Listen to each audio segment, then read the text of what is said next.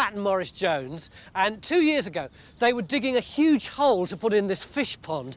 When they got a bit of a shock, they unearthed a human skull right here in their back garden in Raunds in Northamptonshire. And the local archaeology unit were called in, and they said that what they'd got was a Saxon burial, but they advised them to rebury it because the cost of full excavation would be so much. But Pat, you didn't want to rebury the skull on its own, did you? No. She's a true Time Team fan, and you said that you were determined to excavate the whole thing yourself. And as you can see, she made a really good job of it. And then you reburied the whole skeleton, right? Yes.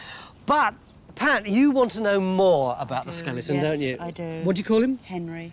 You want to know who Henry is, whether he was buried on his own or whether there are lots of other Saxons in your garden. In other words, have you got a Saxon cemetery? Yes. And Pat and Maurice have invited us in for just 3 days to find out.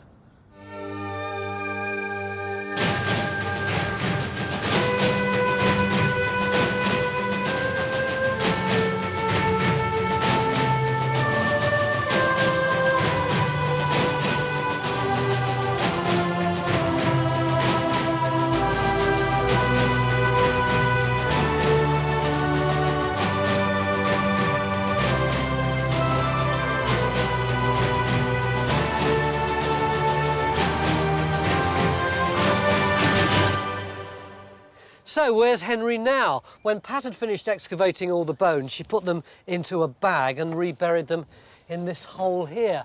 But they've gone, Mick. Yeah, well, rather unusually for us, we've had the chance to dig them up and work on them before we came here. And it's a great opportunity to learn a lot more about the burial, be able to tell you a lot more about him when we've analysed the bones. But this isn't actually where he was found, is it? It is. That's where his feet were. Where was the head then? Pointing over to an angle. So the orientation was something like that? Yes. Right. How long did it take you to dig him up? It took a week. And as a reward for all that hard work, you found these lovely finds, which we're going to have a look at later on. But in addition, and you are so lucky, I've been doing Time Team for 10 years now, and I've never found a Saxon bowl as lovely as this, but this is what you got. What is it? It's an accessory vessel. It was put in the grave possibly as a container for food and drink to go to the next world with the deceased. It's very difficult to date this stuff, and I think this pot shows quite why, really. The decoration, these raised ridges, are quite typical of the late 5th to early 6th, but the shape's more like the late 6th to the early 7th century, so it's a bit strange in that respect. Mick, would you expect this body to be buried on its own? No, I wouldn't. I'd expect it to be part of a big cemetery that'd be all over this area. So how do we locate that? We'd have to take a reasonably big area and take the topsoil off and see if we could see where the grave cuts were cut into the surface. Did you hear that phrase, take a big area? Yes, I did. I think he wants your garden up. Depends how much of your garden we can write off, really. Are you happy to sacrifice 10 years of gardening?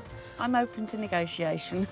You're going to have to come up with some pretty convincing arguments. Well, if we start with the grass and the path area Yes. here, that would be... Yeah. We could do a lot with that. Mick's plan is to open up a big area across the middle of the garden. Phil? Hello? You can keep going, look. Oh, ah. There's not a lot of room, but then working in tight spaces is part of the challenge of back garden archaeology. I just want to get on and do something. Geophys are using radar, But they never find anything. and they're under pressure to finish so that the trench can be marked out. Where are you going next? Up there. No, not because we haven't finished yet. You just have to wait. Will nobody rid me of this turbulent scientist, eh? To add to the confusion, our surveyor is also called Henry. I'm getting really confused with all this. I should have called him something else, not Henry.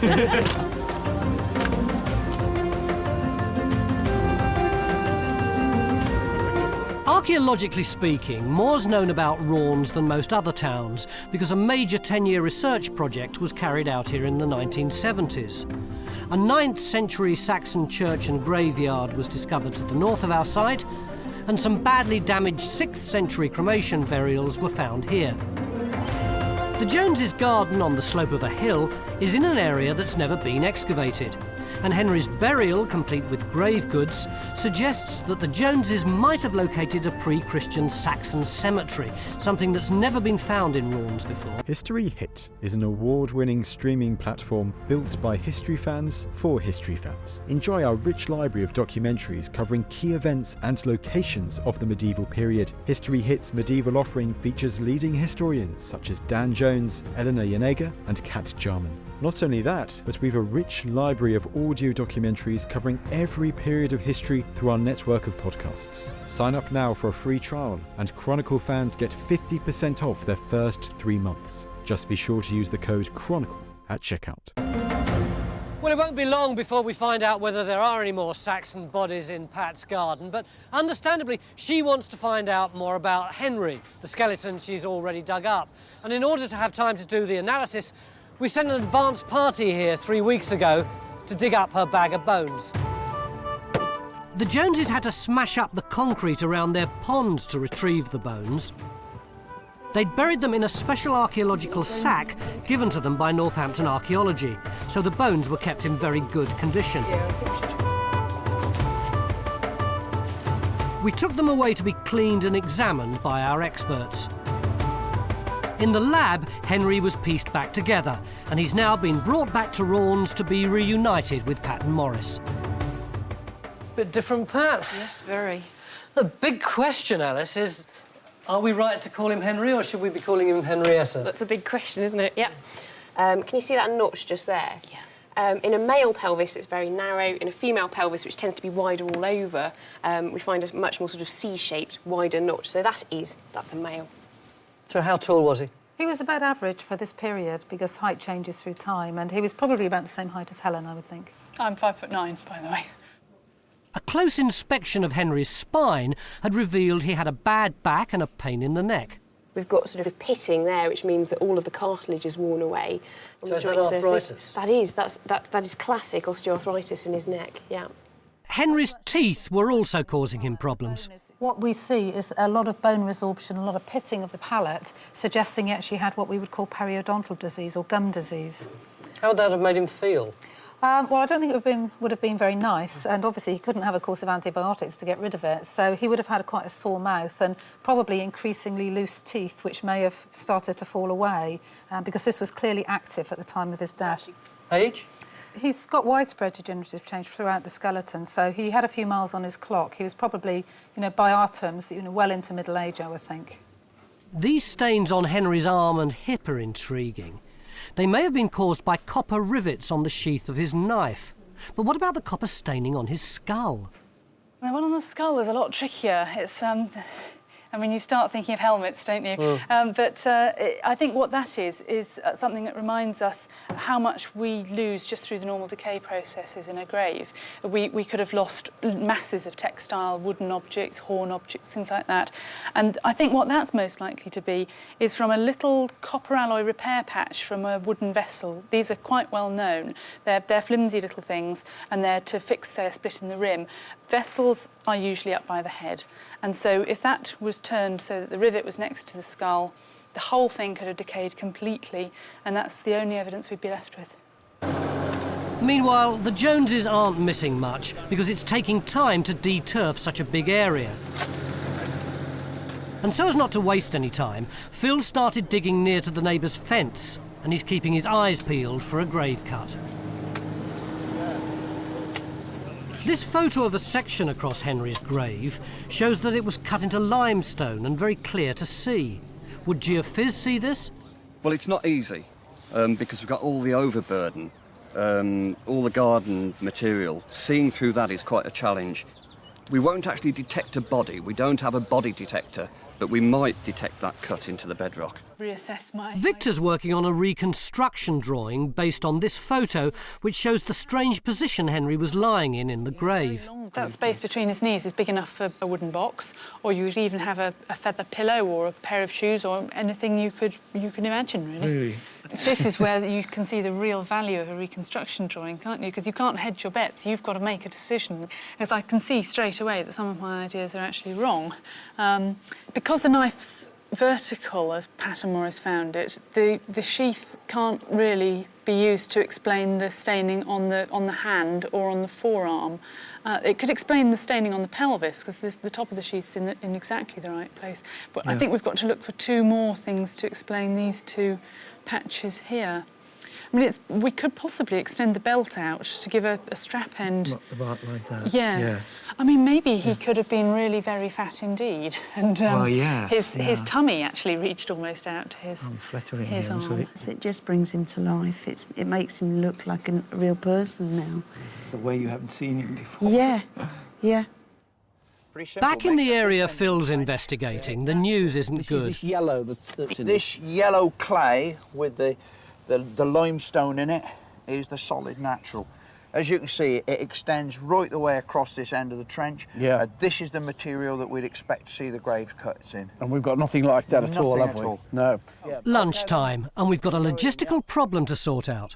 Why do we need to shift the spoil? Because we've only dug one end of the trench already, and you can see the huge pile that's there. Yeah. We haven't even worked up to where the burial is. If we come in after lunch and dig that part of the trench, we've got nowhere to put the spoil. Well, you can put the spoil elsewhere. John doesn't want the spoil moved before he's geophysied this end of the garden. Do you not geophys there now? Instead of your lunch. Meanwhile, I want a quiet word with Pat and Morris. It's really nice, this little gravelly rockery, isn't it? It is, yes. It took a lot of time to do. When did you put it in? Last year. Mick wants you to dig it up. He does, honestly. Would that be all right?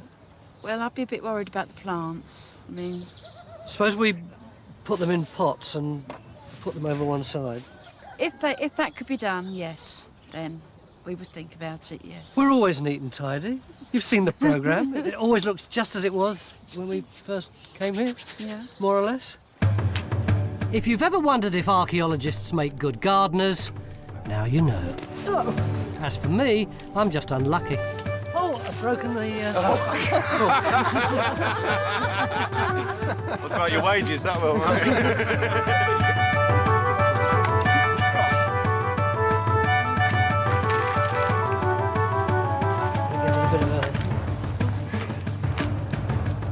I feel as though we're on the wrong television programme, don't you? There could, of course, be graves under here, but for the moment, dismantling this rockery simply gives us more room to manoeuvre. And the Joneses still have another rockery, so far completely intact. That is some stiffish old tackle, isn't it, that clay? We're now focusing on the other end of the big area we opened up and digging very close to where Henry was buried. The question is, if there are more graves in this garden, do we know how far apart they might be spaced? In the incident room, Helen and Carenza are looking at a plan of an Anglo-Saxon cemetery at Wakerley, 20 miles away. Our single grave could, if we're lucky, be, say, like one of these ones here, absolutely surrounded by others, all on the same orientation. If we're unlucky, it could be like 21, and we would have metres to go to strip to find the next grave. So although they're sort of all generally aligned in the same east-west direction, or sort of 3 clumps or clusters of graves, there's no boundary or anything like that. There's no obvious edge to it. No, there usually aren't boundaries, actually, which makes one wonder how they relate to other aspects in the landscape. We really don't know. It's one of the big holes in our knowledge. Did you manage to get your lunch, John? Yes, thanks. Geophys have now surveyed the garden, and their resistivity plot shows evidence of medieval ploughing. It's arable farming, and that's just the ghost of it that we're seeing there. But the radar survey shows signals that might be graves. But we've got these 2 blips. Which sort of corresponds to where the white patches are. That's right. So if Phil can get his string sorted out, we're going to open up a new area to test the geophys. If you were any sort of a colleague, you'd help me out with this. What, with some scissors? It's late afternoon, and I should know better, but I honestly thought we'd have found another grave by now. I can't believe that we didn't find anything at either end of the big trench across the garden. More worrying still is that we've also opened up another trench here, at the back of the fish pond, and that's not looking too promising either. Because of the alignment of the skeleton and the fact that nothing was found on the other side, we thought we'd have a look at this side. So we put in a 3x2 trench, and so far, unfortunately, we've come up with very little. You found absolutely nothing? And I found absolutely nothing. I still really enjoyed myself, yeah. They're all masochists. Oh, terrible, isn't it? Meanwhile, inside their house, the Joneses are oblivious to all this because they're watching a video of the conservation work we had done on the Saxon knife and belt buckle that Pat discovered in Henry's grave. Right, so these are the X-rays, which can tell us a lot more about what the actual objects look like. Here it's being cleaned up by the conservatories, just picking off any loose bits of corrosion, anything that can come away without damaging the actual blade of the knife. This is how the finds looked when Pat last saw them, and it's this encrusted blob of metal that contained the biggest surprise. When it was X-rayed, it revealed a lattice pattern that turned out to be part of the Saxon buckle. Despite it being very, very mineralised, but it's been possible to expose quite a sharp edge, as the X-ray indicated was there, and at that point, offer the two together, like that, and there we have a perfect join.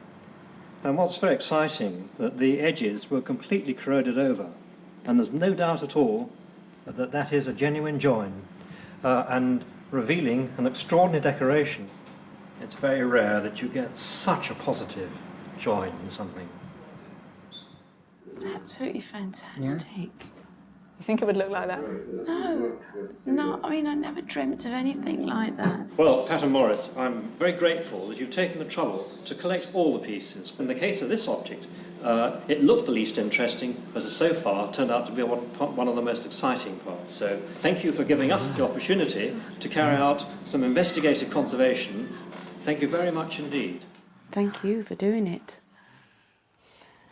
That is absolutely amazing. I'm overwhelmed. I really am, because I never expected anything like that. Well, you remember what the objects looked like last time you saw them. We've now got them back from the conservator. Oh, wow. There's the buckle. That is absolutely beautiful. The X-ray of the knife allows us to narrow down the date for Henry's burial. See that's the cutting edge where the iron is thinner, and it's got a curved back to the blade, and this short handle, we may be missing a bit here. This curved back is characteristic of 7th century knives. Fantastic. So we now know Henry was buried in the 7th century. We've also been working on a reconstruction of Henry's belt buckle. Hi, fantastic. Pat, look at that. Brilliant. That's what it would have looked like. Why did you do it like that, Helen? Well, part of it's from the X-ray, part of it from the buckle itself, and part of it's an educated guess. We've added the loop in, which you can't really see on the X-ray from other examples. And also, we've added in a bit of decoration along the edges, which you can just about see on the X-ray, but again, that's an educated guess. And in fact, the examples that this is taken from are all 7th century openwork buckles, so it backs up what I believe is the date of the knife. It's great, isn't it, the way that gradually we're beginning to bring Henry to life. It's wonderful.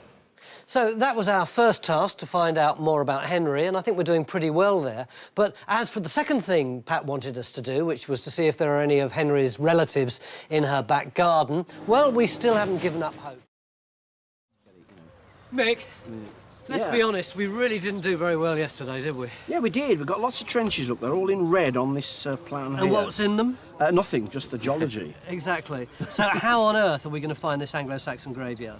Well, I think we have to look in more areas. I mean, if you look at the red patches on here where we've dug, they are, how much of that is of the percentage of the garden? So far, it's only 5%. You see, that's a very small area. I drew this up earlier, right? Well, this is our known burial plotted there, and there's 10 more burials in the garden. Theoretically? Theoretically, yeah. Which on the restrictions we've got, we would miss completely. Even if we extended this and dug one there? Well, we might find that one up there. It's a game of battleships, isn't it? It's exactly like battleships. You can be in the square next door, we can be an inch away from a grave, and we can still not see it. So what else can we do? Well, I think we have to increase the area we've got available. We can triple the size of that, we can dig an area here. But the other possibility is to go outside the area, isn't it? These boundaries are modern, they're nothing to do with the original cemetery. So where should we go? Well, we need to go somewhere where we've got space to do a big strip. Yeah. And the obvious place is the allotments up here.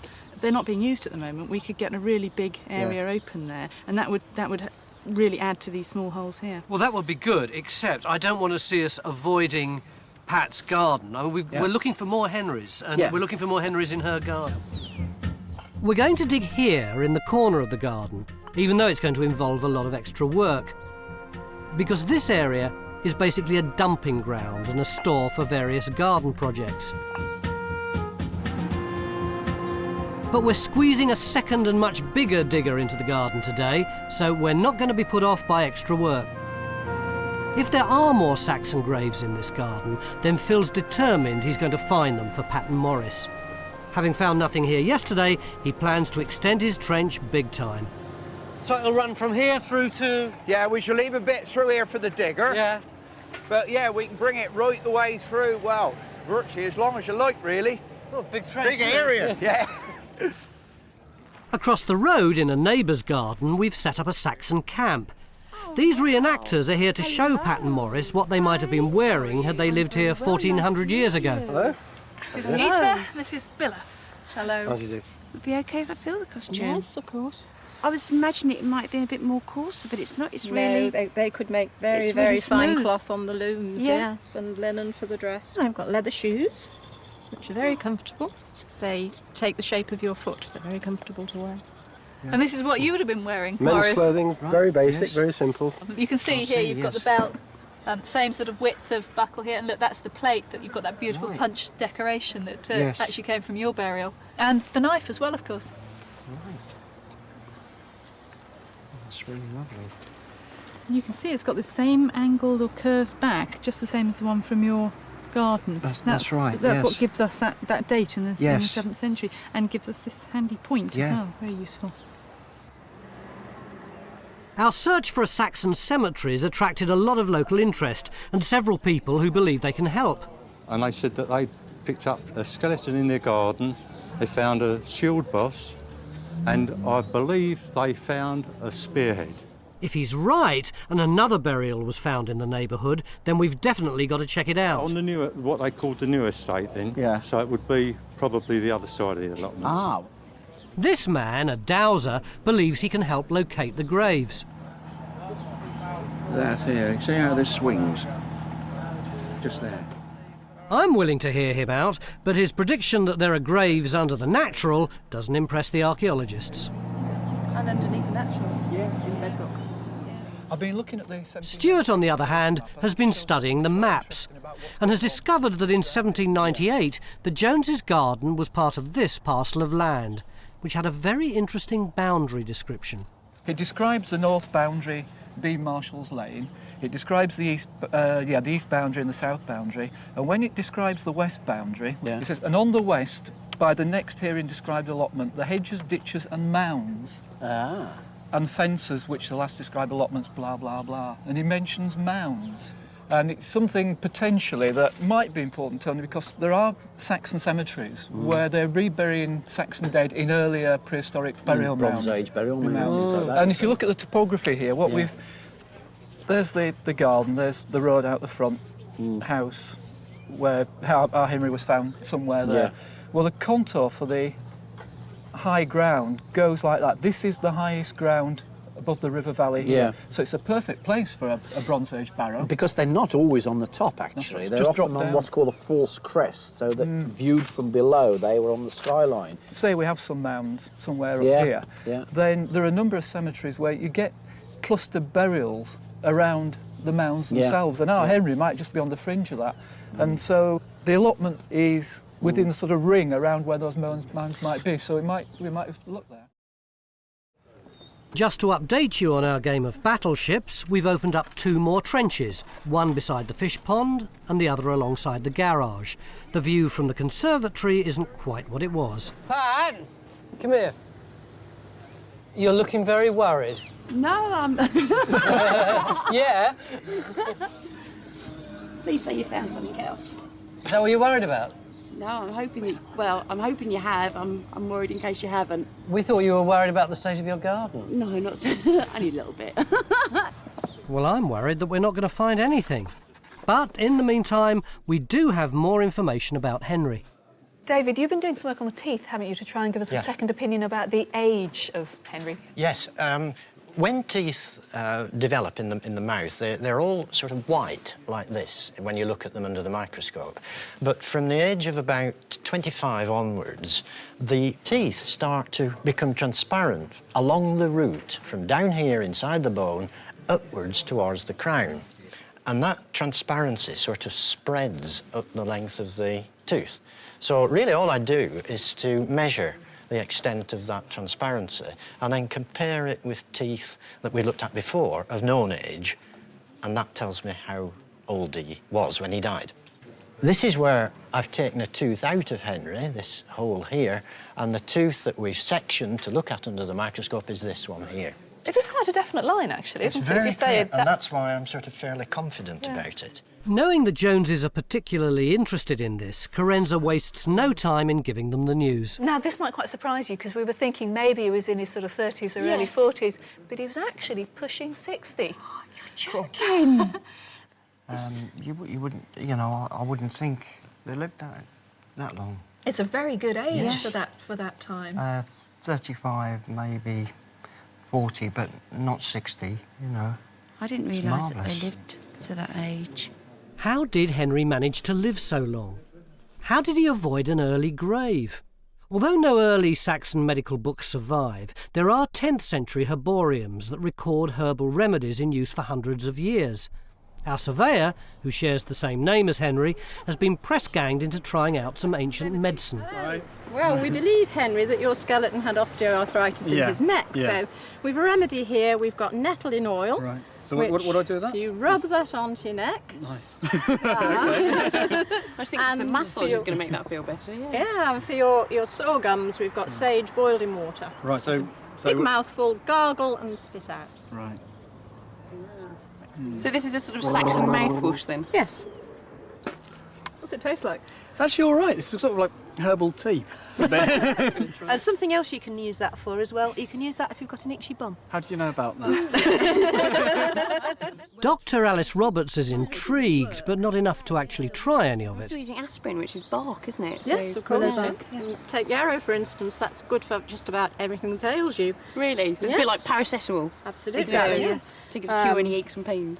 For a wound made with iron, you can pound it with animal fat. Right. And spread that on. So that will sort of keep the bugs out, maybe. Mhm. Yeah. And I thought they used honey for wounds. You can use a lot of herbs in the herb books are mixed with honey, which of course is an antiseptic. Yes, it's supposed to and be very rubbing it good. onto the wound helps the healing herb to stick to the wound and do Keeps its work. infection from getting That's in. right, yes. So what's the news out of this one, Kai? Nothing. Nothing again? Nothing. No, we've come straight down onto the natural. So how are you feeling? Depressed. Yeah, gutted. The sad truth is that none of our trenches in the garden have picked up any trace of another grave, and Mick wants to turn our main effort towards the allotments, where GeoPhys have just about finished their survey. But we're not giving up in here. The plan is to leave our team of determined young diggers to carry on investigating the garden. Well, I think basically we've only got two options now. We've got to put a slot through here to link our two trenches, and then do as Catherine suggested, which was extend trench 1. This is this one here? That one there. Where, Which way do you want to extend it? Towards you. This way. Right, Yeah. towards another flower bed, basically. No, I think we can probably leave the flower bed. We won't bring it quite that far, but it will enable us to trace the soil that Henry was buried in, or the natural that Henry was cut into. where it's going. See where that's going, because that's definitely different natural to the natural that we've had in these two trenches. Sounds good to me, and personally I'd love it if they turned out to be right. Further down the garden, it looks like Phil's found a reason to keep digging. Phil, I thought you were supposed to be over at the allotments. I am not leaving here, Tony, till I find out what is in that hole there. You can see this brown streak that goes around there. Look at the alignment. It's exactly the alignment that Henry was on. So that could be a grave cut? Not only that, we've got a piece of Roman pot out of it. That is not a geological hole, that is an archaeological hole. It's the only glimmer of hope we've had, and the only way to find out if it is a grave is to expose more of it. Is there anything there, Phil? You bet there is, Tony. Look, here's the edge coming down there. So you can see there's this yellow stuff. That's the bedrock, that's the natural. And here is the brown grave fill. Oh, look, more pot. That looks a bit Roman-y to me too. Why is it significant getting a piece of Roman pot when what we're looking for is a Saxon burial? Because simply the Romans come immediately before the Saxons. It's very, very frequent to get Roman finds mixed in with Saxon material. Phil seems convinced, but we don't know for sure yet. Maybe we haven't lost our game of battleships after all. Perhaps they're more spread out. Oh, look, it's dead on. There you go. Same thing, yeah. Look at that. Does that look like a grave, by God, doesn't it ever, eh? Again, if it's like yours, Pat, the head should be this end and the feet that end, shouldn't it? The feet that end. It's a hit. What a relief. Can I get me trowel now? Oh, you want to have a go? Oh, yes. Is this the way you did the first one? Yeah. Did you do it like as meticulously as this and just cleaned it all up and did it properly? Yes. And that was instinct that told you how to do it? Just through watching Time too. Honestly, it's true. Carenza, meanwhile, has gone in search of information. We've heard that there was an Anglo-Saxon skeleton found in the garden of one of the houses along Spinney Street about 20 years ago. You wouldn't know which garden that was? Was it yours? I don't know, I've never did the garden. We was wondering whether or not you found anything in the way of skeletons in your garden. No. How big is this burial ground, do you That's think? what we're trying to find out. Eventually, Carenza did track down the garden where the grave goods had been discovered, and guess where it is? That's right, exactly where we're digging. It's tipping down with rain now, but since we found those grave cuts, everyone's so up. And even though we've turned Pat's garden into a hellhole, she's happy as Larry, because at last she's got a chance to dig with her hero, Phil Harding. Are you quite happy about having burials in your garden? Yes. Yeah, it doesn't scare me. No, it's funny how some people do mind, isn't it, really? It seems like only moments ago we'd found nothing in this garden, and now... Kai, have we got another one? Yeah, the theory was right. David, show us where it is. Well, it looks like that we're actually sort of just on the edge of the grave cut right here. It's quite difficult to see on this side because of all the muck. Yeah. But we do have, as you can see quite clearly, the bone coming through here. It seems to be going down. So far, we haven't exposed enough of the bone to be sure it's human, but our young diggers are confident their strategy's paid off. Pretty much the same. It's on the same sort of axis as Henry was and the one they've got over there. So, hey, I'm happy again. So it's old archaeologists won, young archaeologists won. Yes, exactly. Yeah, it's a draw at the moment. It's been a long wait, but now it's getting exciting, because in Phil's trench we can not only see the skull, but the outline of what looks like another complete pot. I suppose it's too early to sex it yet. Well, from what I can see, it looks like a female. The frontal region's sort of fairly straight down and it's very smooth. So I think it's a woman. And you can see the teeth, can't you? Yeah, and you can see enough of the teeth to know that she's got her wisdom teeth, so she's over 21-ish. So it's looking good, actually. What have you got up your end, Phil? Well, underneath here, Tony, there's this lovely green thing there. But unfortunately, it's very, very decayed because of the nature of the soil around it. And then here, it's very, very difficult to see. We've actually got part of an iron object, so that might actually be a single object. Paul, how's your vessel coming along? Early days yet, Tony. I've just got the rim exposed. I still haven't got the full length of it. So it seems to be lying on its side. Could the pot have fallen onto its side when the grave had been started to be filled in? Possible, yeah. I mean... And it knocked it over? Yeah, it's entirely possible. So it's the end of what's turned out to be a very rewarding day. Well, I knew we were going to dig a big trench, but blimey. Right, yeah. But it's tough going in the allotments. All we've discovered so far is that the soil is very different. Very sticky, isn't it? Yeah, very sticky. Yeah. My boots. Yeah. It's very different to over there, and we're worrying that we might not be able to see grave cuts. OK, so what are you going to do? Go further down that way, or...? No, go that way, I think. Helen's plan for tomorrow is to open up an even bigger area in the hope that we can find out if the graves extend in this direction. We want to be able to tell Pat if the burials are just a small group or part of a big cemetery. 2 hours ago, you were really upset, weren't you? I was. You thought you dragged us all the way over here. Yes. And we weren't going to find anything at all in your garden. Mm-hmm. It's changed now, though, isn't it? It has. We found a friend for Henry. But most exciting of all, we think that this grave is of a female, and in Saxon times, they were buried with all sorts of stuff. So who knows what we're going to find in this grave tomorrow. Welcome back, day 3. For the last 2 days, we've been looking for an Anglo-Saxon cemetery in this garden. The Joneses have already found one burial. Yesterday, we found another and possibly even a third. So, Helen, surely now we can say we found our cemetery. Oh, probably, but we could always hedge our bets and just call it a burial site. What's the difference? But it's like how many swallows make a summer, how many graves make a cemetery. There's almost certainly far more out here. It's just a question of finding them. Ah, so that's sort of... Hang on, Paul, I think this is a big bead. No prizes for guessing who's in charge of excavating this skeleton today. Dealing with... Is it a hole in the middle of it there where the bronze wire's going in? Yes, it is. Look, it goes in there, and there's the wire going through there. And if I... Oh, that's beautiful. This is great this stuff. business, isn't it, eh? Phil's going to need all his experience because this Saxon woman seems to have all sorts of mystery items buried with her. There's a small iron object in there. Yep, see that. And then there's this big copper plate in there. And then I've got this big iron object in there, which I don't know whether that's a knife or what the hell that is. Looks a bit like it. Down by the feet of this skeleton, there's a further complication. Because it looks like there's more than one burial in this grave. Last night we got this small long bone leg. That's the one I type saw. of leg. Yeah. Now we're getting, I think that must be the other leg, presumably. Oh, well, it might be a humerus, actually, Humerus, judging from the right. shape of it. But obviously it's not a baby. If these bones are what we think they are, this isn't a baby. We're dealing with a small child, I think, sort of toddler. Yesterday, our team of young diggers reckoned they'd found another Saxon burial in this garden, and now they're certain. See the top of the skull just poking Where's through? the skull? Just there. Oh, yes, yeah. Even I can see the darker soil of this grave, which is small and narrow. Alice, can you tell anything from what you found so far? Well, we've only just uncovered the skull, so I can't really tell you much about it. It is quite thin, though, so there's a possibility it might be a child, but then if it turns out to be a 40-year-old male, I never said that. I think you are. I'll see you later. So, including Henry's grave, we now have 3 burials in this garden, but we need to find more to establish it is a cemetery. And our best bet for doing that is in the allotments, where we're opening up a massive area in search of more burials. As we go this way towards the gardens, the geology is changing, and it's more similar to where the burials have been found. Well, it seems a lot sandier over there, doesn't it? It is, so we're hoping that we might find one. One would be good.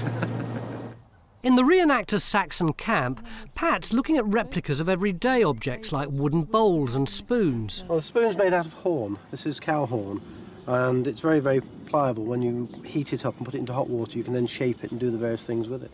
All objects that rarely survive in a grave. I mean, after all, we almost never find traces of these handles. No.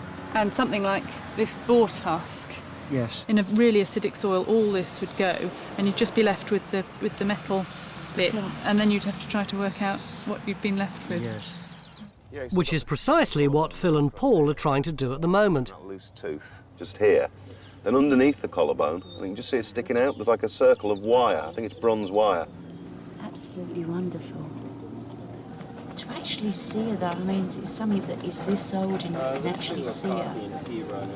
Yeah, and you can see her kind of with the things that they wanted you to see her with. And that pot was put there for a reason, and now we're getting the benefit. Helen, who do you think the people were who were being buried in this cemetery here? Are they Angles or Saxons or British?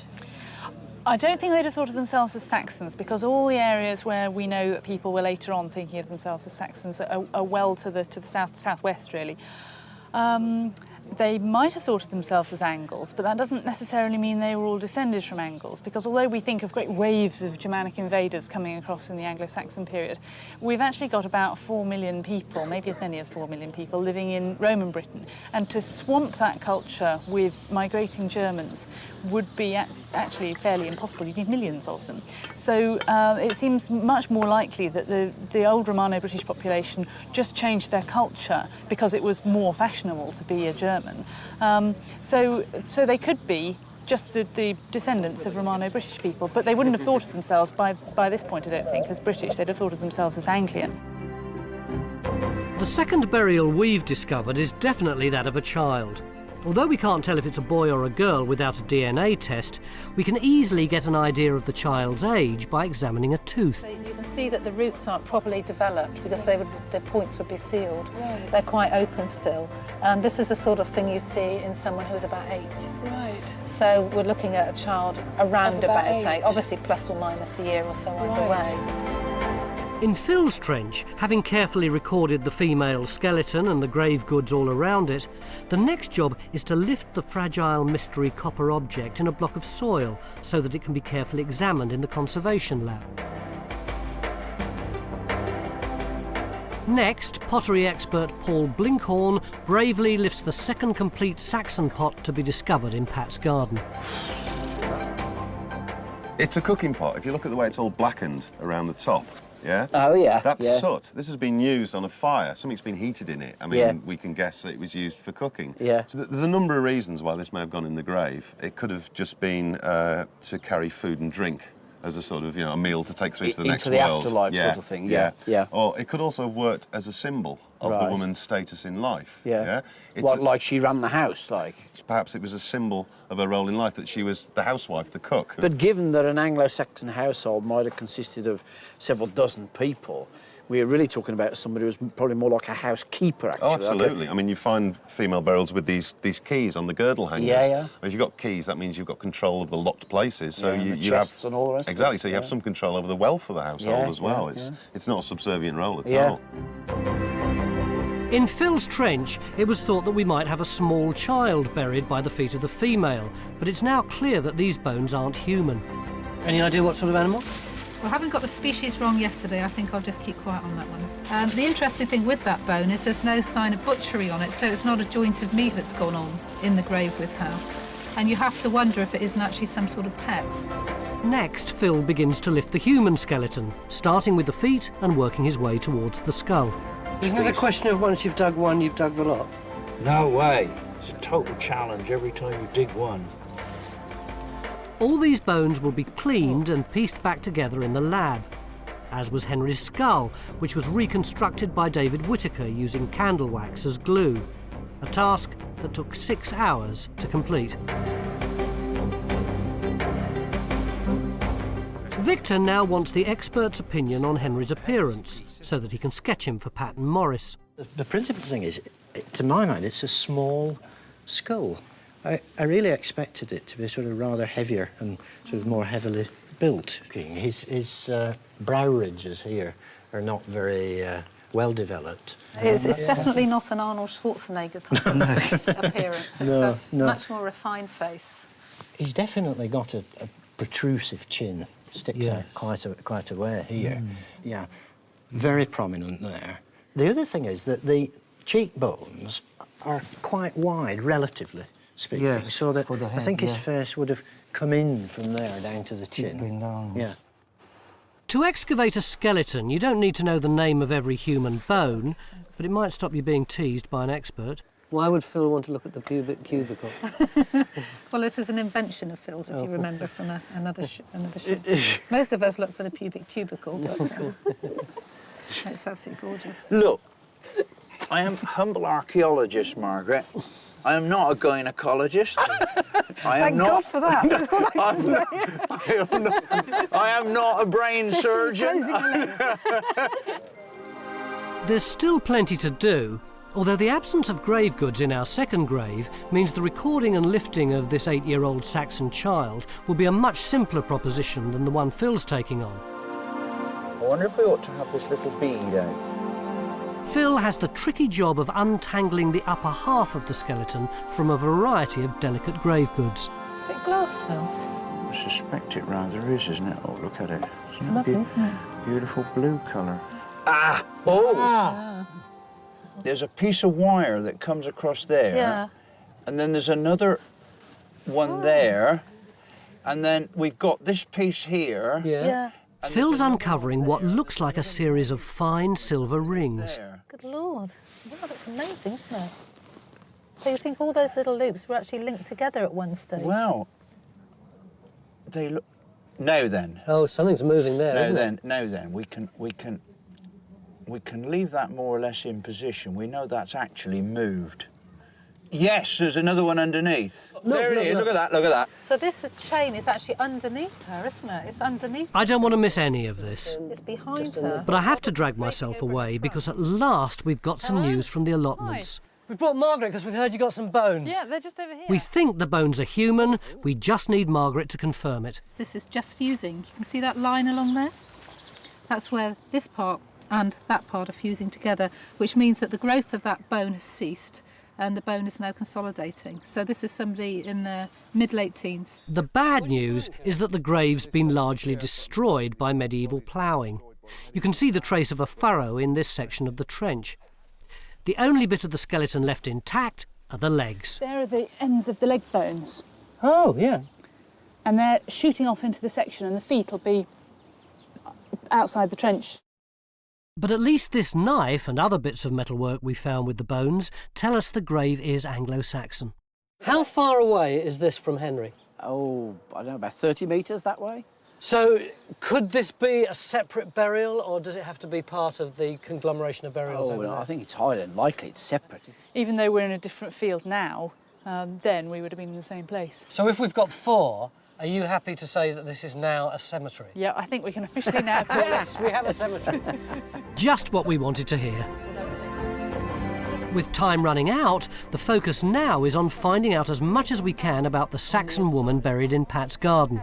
So her teeth, when she closed them, when you close your back teeth, most people overlap them on the top, but hers didn't. They were sort of edge to edge, like that. Is this a glass bead, or is it made of stone? Pure circle round here. Although it's hard to see, this is a bone disc decorated with ring and dot design. We're almost at the end of the dig, and understandably the neighbours are curious about what's been happening in Pat's garden. This shows their garden, and it shows you the trenches we've dug. We haven't been able to do as much work perhaps as we'd like to have done. Although we've now exposed the feet belonging to the burial we found in the allotments, we'd have to dig a lot more of the local area to know how many more graves make up this cemetery. So you're all probably standing on top of Anglo-Saxon graves right now. Stuart thinks the Anglo-Saxons were burying their dead close to Bronze Age burial mounds. That's why the cemetery might be there. And we can create an impression for the Joneses of what that might have looked like. Our cemetery is right on the horizon, so if you imagine there are barrows... Surveyor Henry has produced a 3D model showing that the burials in green would have been visible from any settlement within this red zone. Well, Victor has done a reconstruction. But perhaps more than anything, Pat wanted to know more about the skeleton she excavated, and we've done our best to bring Henry to life for her. Of what we think he might have looked like. And Martin's here to try and give you some idea of what he might have sounded like. Quedon that he were, world cunninga, mana mildest, on monthwarest, leodom lithost, and lofionost. You probably want to know what that means. Right, yes. It means they said he was the mildest of men, the most gentle, the kindest to his people, and the most eager for glory. And he does look like that, doesn't he? That is Yes. absolutely lovely. Thank you very much. And we've wrecked your garden as well. Yeah, but that's... Nothing that can't be put back. And worth it to prove that Henry wasn't an isolated burial, but part of a pre-Christian Anglo-Saxon cemetery, the only one ever discovered in Raunds. Brilliant, well done, Phil. So what would you like us to do with it? Well, I think try and keep the bits of each ring separate. Keep separate, okay. They look different sizes and they might have different characteristics.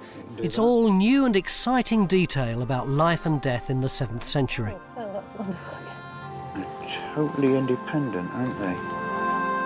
But it's only after the dig, when the finds are cleaned and the bones examined, that we can picture this grave as it was when it was last seen in the 7th century.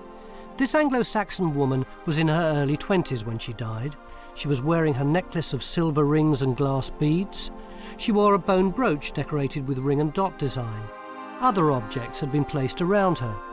A knife, a river-worn pebble with a copper ring through it, a small copper-plated wooden box of which only the copper survives, and a cooking pot.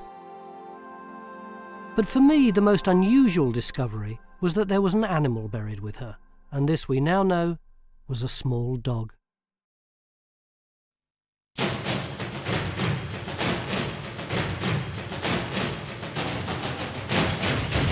These extraordinary tortoise-shaped gravestones date back to the Dark Ages.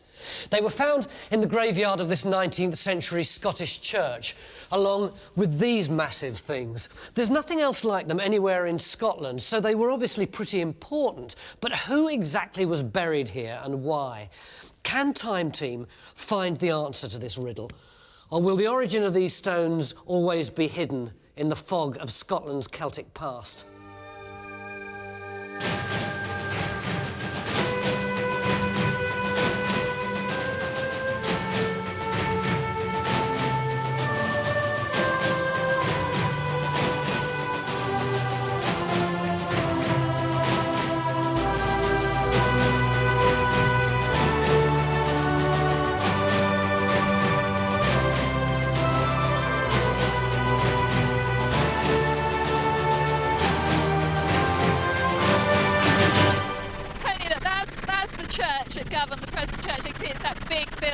It's a really odd shape in the landscape, isn't it? It does stick out. It's very incongruous, doesn't it? You can see this sort of oval, well, pear shape. Day one, and an early start so we can get a bird's eye view of what could be our most difficult site to date.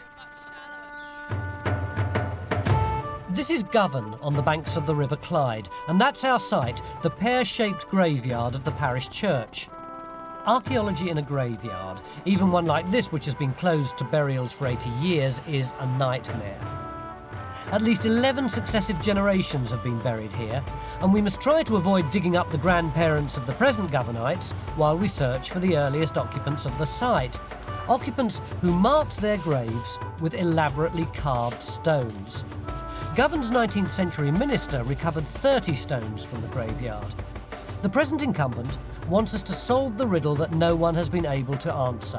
Why are they here? It's a particularly tall order for just 3 days because... A week ago, our lead archaeologist, Mick Aston, went and broke his leg looking for a holy well, so he can't be here. But we do have with us Anna Ritchie, who's a leading expert on the Scottish Dark Ages. Anna, this looks such an inappropriate place for a historical site of any significance. Are we really likely to find anything interesting here? It has to be a really important site. It's the only way to explain why there's such a very big collection of wonderful early Christian sculpture. And it dates from between about the mid-9th century and the mid-11th century. So what might we be looking for? Well, aside from the sculpture, the other big clue that we've got is the fact that, you see, the boundary of the modern churchyard is rounded. Well, now, if that churchyard belonged to the present church, it ought to be square or rectangular. That's the normal shape. This sort of rounded enclosure is very much earlier, and it's typical of early Christian graveyards. And you see the way that the church juts out over the edge of the boundary? Yes. Well, that, I think, proves that the boundary is older than the modern church, and therefore there must have been an early church, perhaps a little more central to the enclosure. Which was exactly what Carenza was looking for at the bottom of a trench dug here last year by Glasgow University. And they found this wall. Steve, that's part of the wall in the section there, isn't it? Yes, we removed it in the hope that we would find some artefacts to help date it. But you didn't. How do you know it's medieval? Well, we think it's medieval because we think it's early medieval because there's no mortar built into it, and it's really in the 12th century when they start building proper mortar churches in Scotland.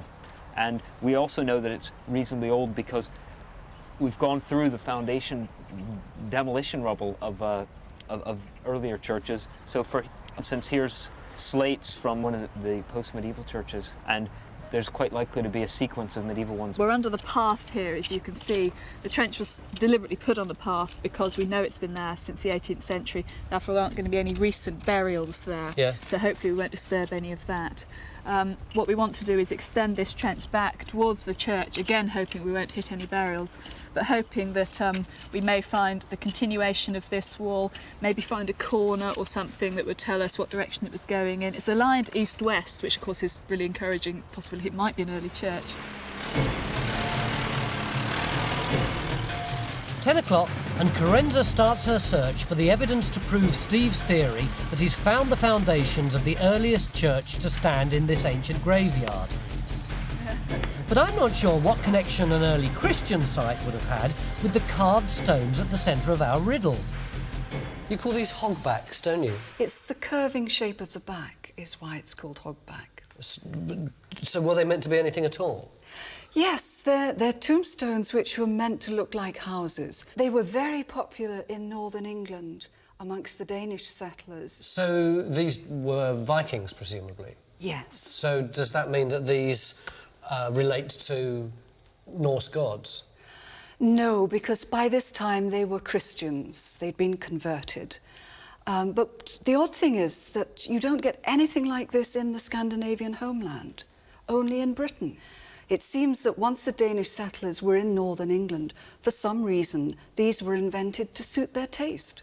And then they moved up here and it was the fashion up here? That's right. And presumably they just signify the little houses that people would live in after they were dead? Yes, yes. What about these ones here?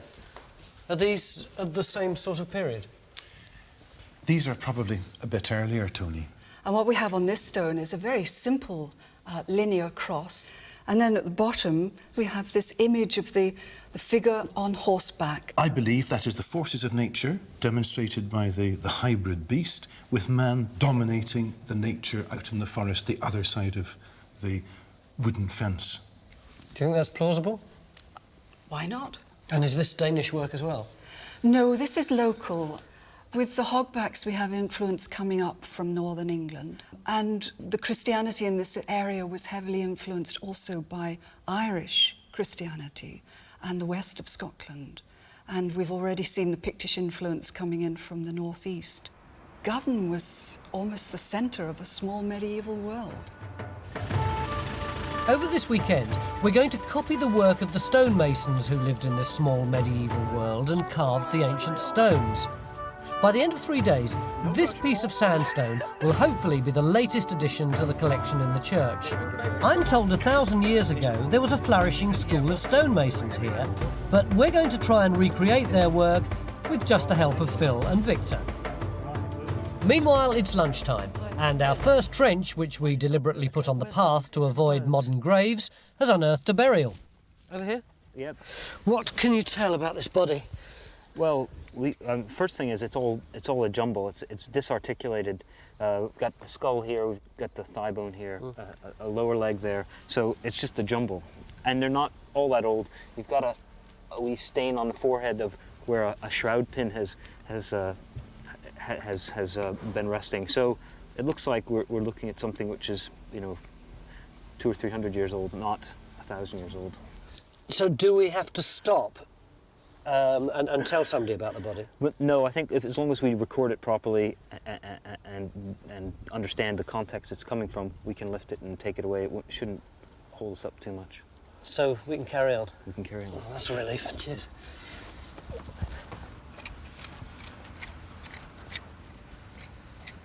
So what's this map? This is Blau's map. It's the earliest map we've got of this area. 1654. You can see here it shows Govan, and it's called Meckel Govan. What does it mean? There's a bit of dispute about that. But the latest opinion indicates that it refers to a small hill or hillock. That's interesting because when we look at General Roy's map of about 1750, Robin? Circa 1750, yes. Here's Govan again, still called Meckel Govan. There's the church in its churchyard. And you can see just here this little C-shaped smudge. So what it is a small mound, which would fit exactly with what you say the name was. If in the 12th century it was called Govan and that name means a small mound, then that suggests this mound, which we know was here in the 17th, 18th century, was still there in the 12th century. I suspect they used the top of it as an open-air meeting place for administrational purposes. And is there anything of it left?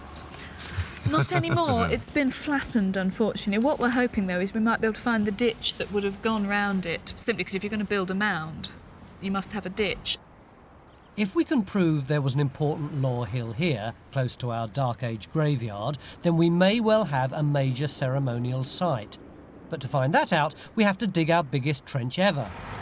And because we're digging it in Govan's main car park, it'll have to be fenced off. The mound, or Moot Hill as it's known locally, was described in the 18th century as being 17 feet high and 150 feet in diameter. Our trench will be 14 metres wide and 3 metres deep. But it doesn't matter whether you work in imperial or metric, this area has been built on for centuries. So it will take at least a day before we get deep enough to reach even the later medieval layers. Still, it'll be worth the wait. Finding a ditch in all of this will be a fantastic achievement. This is a 18th century graving when the mound was still standing. What's happened since then is the mound's been levelled, but the ditch, with a bit of luck, should still show where it was cut down and below the area which is So where's the ground level now, according to this? If we took Well, I a think section? the modern ground level is probably about across there. It's really very high then. It is. It's probably been built up quite a lot. But the ditch is still, you can see the line of the ditch there if you draw that in. That's why we have to go down so deep to get to the land surface that was left when the mound was levelled, and hopefully that land surface will have the ditch cut into it. Now, if our Moot Hill and our Dark Age church were in use at the same time, then these two ceremonial sites would have been connected by a processional roadway, and the more impressive the entrance to the graveyard of this road, the more important the site. So we've got roads coming up the hill, and they're coming through here, and we've got this really big entrance with fancy buildings and a great entranceway. Is that how you see it? This is the pointy end of the pear, if you like. And it must be the principal entrance. It should have an impressive gate.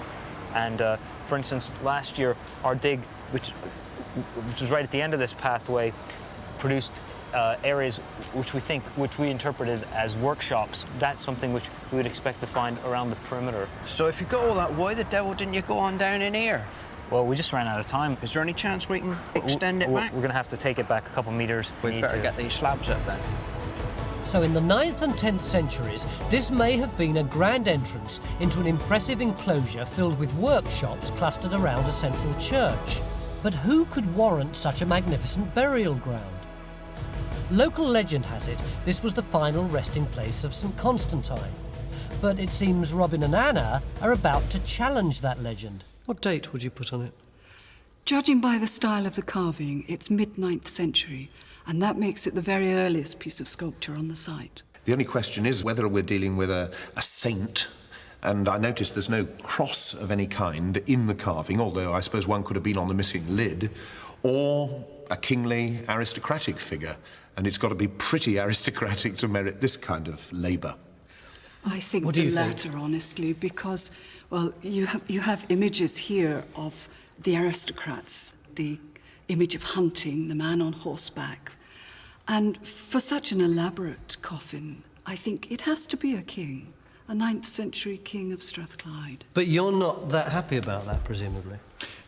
It's one theory, and it's a very fine theory, but each of the images on the box can be interpreted in more than one way. It could be the Christian preacher hunting for the unconverted soul, represented as the stag or the wild boar. Oh, that sounds like special pleading, doesn't it? Top theory. But I mean, if it is a kingly burial, and this is the earliest piece of carving that we've got on this site, then we could very well be considering this area as the royal burial place of the kings of Strathclyde. If Robin and Anna are right, then 900 years ago, this was the final resting place of the ancient kings of this region. But so far, nobody's been able to tell me why they were buried here in Govan. I was pinning my hopes on the answers being several metres down in our big trench. Oh yes, and on Stuart. Stuart? You've been very quiet and pensive all day. What's going on?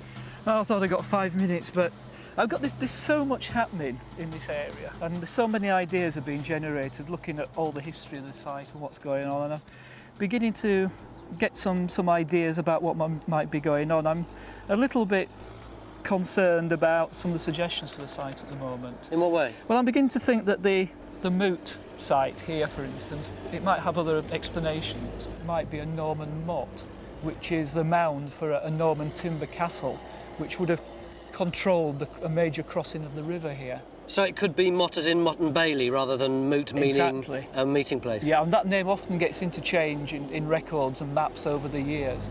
Now, clearly the Normans were here too late to be responsible for the stones, and I still wanted to know who was buried here and why. The Viking influence on the carvings is obviously fundamental to why we're here. The way they operated was to penetrate inland in their boats. This was possibly the head of navigation in that period. And at the head of the Clyde Valley is Dumbarton Rock, which was the citadel of the kings of Strathclyde. We know the Vikings raided it in 870. It's a very important strategic point. So after they captured the rock, they could have come up here in their boats.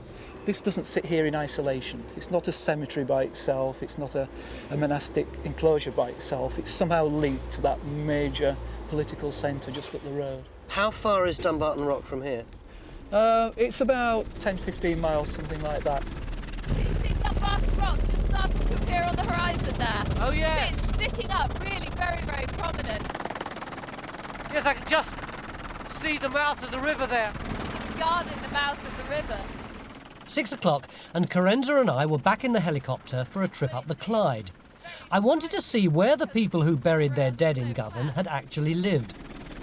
You suddenly get this enormous protrusion, really, sticking up, and it's very, very defensible. You can see how steep the sides of it are. You can see that, again, quite how impregnable it is. I mean, it is very, very steep-sided, and this is protecting the mouth of the river and the sea. You can go down and land.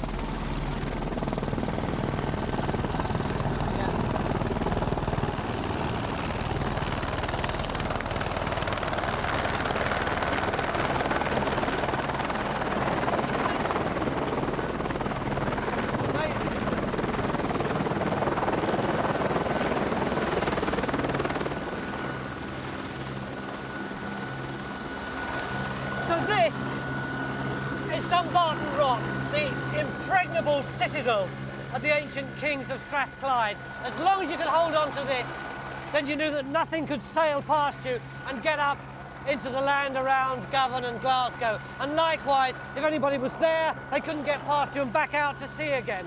But if it was so important and so impregnable, how come they were burying important people just 10, 15 miles upriver in Govan?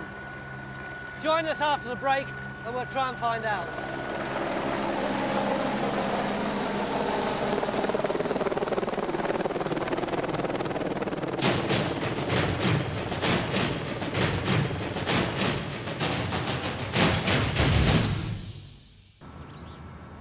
Saturday's market day in Govan, and guess where they hold the market? Right on top of our big trench.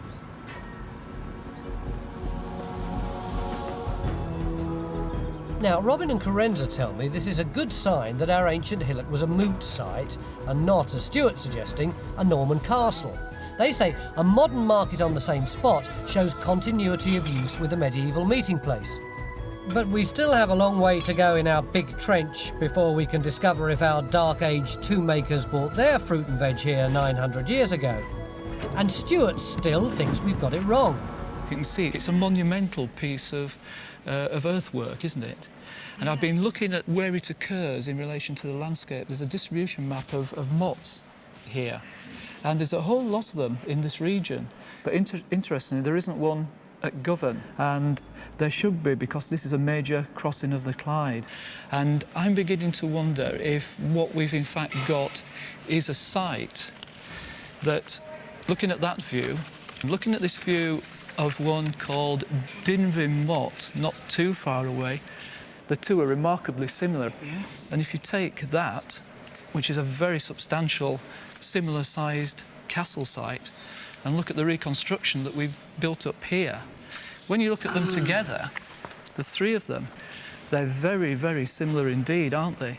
It looks very, very substantial and good, doesn't it? Persuasive, yes. There's a lot of evidence that this is a major, undocumented castle site. So do we have a motte or a moot hill? The only way to prove who's right is to find some archaeology down there. It's 5 to 10, day 2, and the Moot Hill Trench is really getting somewhere. It's a huge excavation job, but they reckon they'll be down on the archaeology in about 35 minutes. This trench, though, the one that was trying to establish a link between the church and the Moot Hill, which is beyond this building here, is more of a problem. Have you found anything at all in it? Not very much, no. Nothing? Nothing, no. Can't win them all, can you? Okay. This one's quite exciting, though. This is the trench where we found that body yesterday. They've started pulling out evidence of more graves that are old. They're much older than the body, but they're not as old as the big stones in the church. And they're presenting Carenza with a bit of a problem. Carenza? Carenza? Oh, hi, Tony. What exactly is the problem? Well, basically, we found 3 probable grave cuts in this trench. And they seem to be laid out along the wall, or along the same alignment as the wall. What, the dry stone wall that you found yesterday? Well, the rubble on top of it, yes. And because what this is suggesting is that the graves may have been dug at a time when the wall was still standing, but the graves are a lot later. We've got 14th century pottery has come from within the fill of one of them, and of course you can't fill a grave with 14th century pottery until the 14th century, or much later, of course. So we think that the wall is older than the 14th century? It could have been built at the same time as the hogbacks, for example, but the wall could have kept standing, the building could have continued in use up to a much later time when these graves were cut. I'll show you, look. This is the grave here, another grave cut. This is producing the 14th century pottery. What we would really like to do is find a layer which this grave has cut, which butts up against the wall, and that'll help us try and date the relationship between the wall and the graves. Was this grave cut when the wall on top of that pre-12th century foundation is still standing? I'll be asking questions at the end of the programme. But actually all that boils down to is this. We know that the 12th century church was still standing here in the 14th century when the grave was dug. If our wall was still standing then, it was part of that church. That's the good news. The bad news is that this may well mean it was built 200 years too late to be associated with our stones. And speaking of stones, we've started our crash course in medieval stone carving. Step 1, get Victor to draw on your design.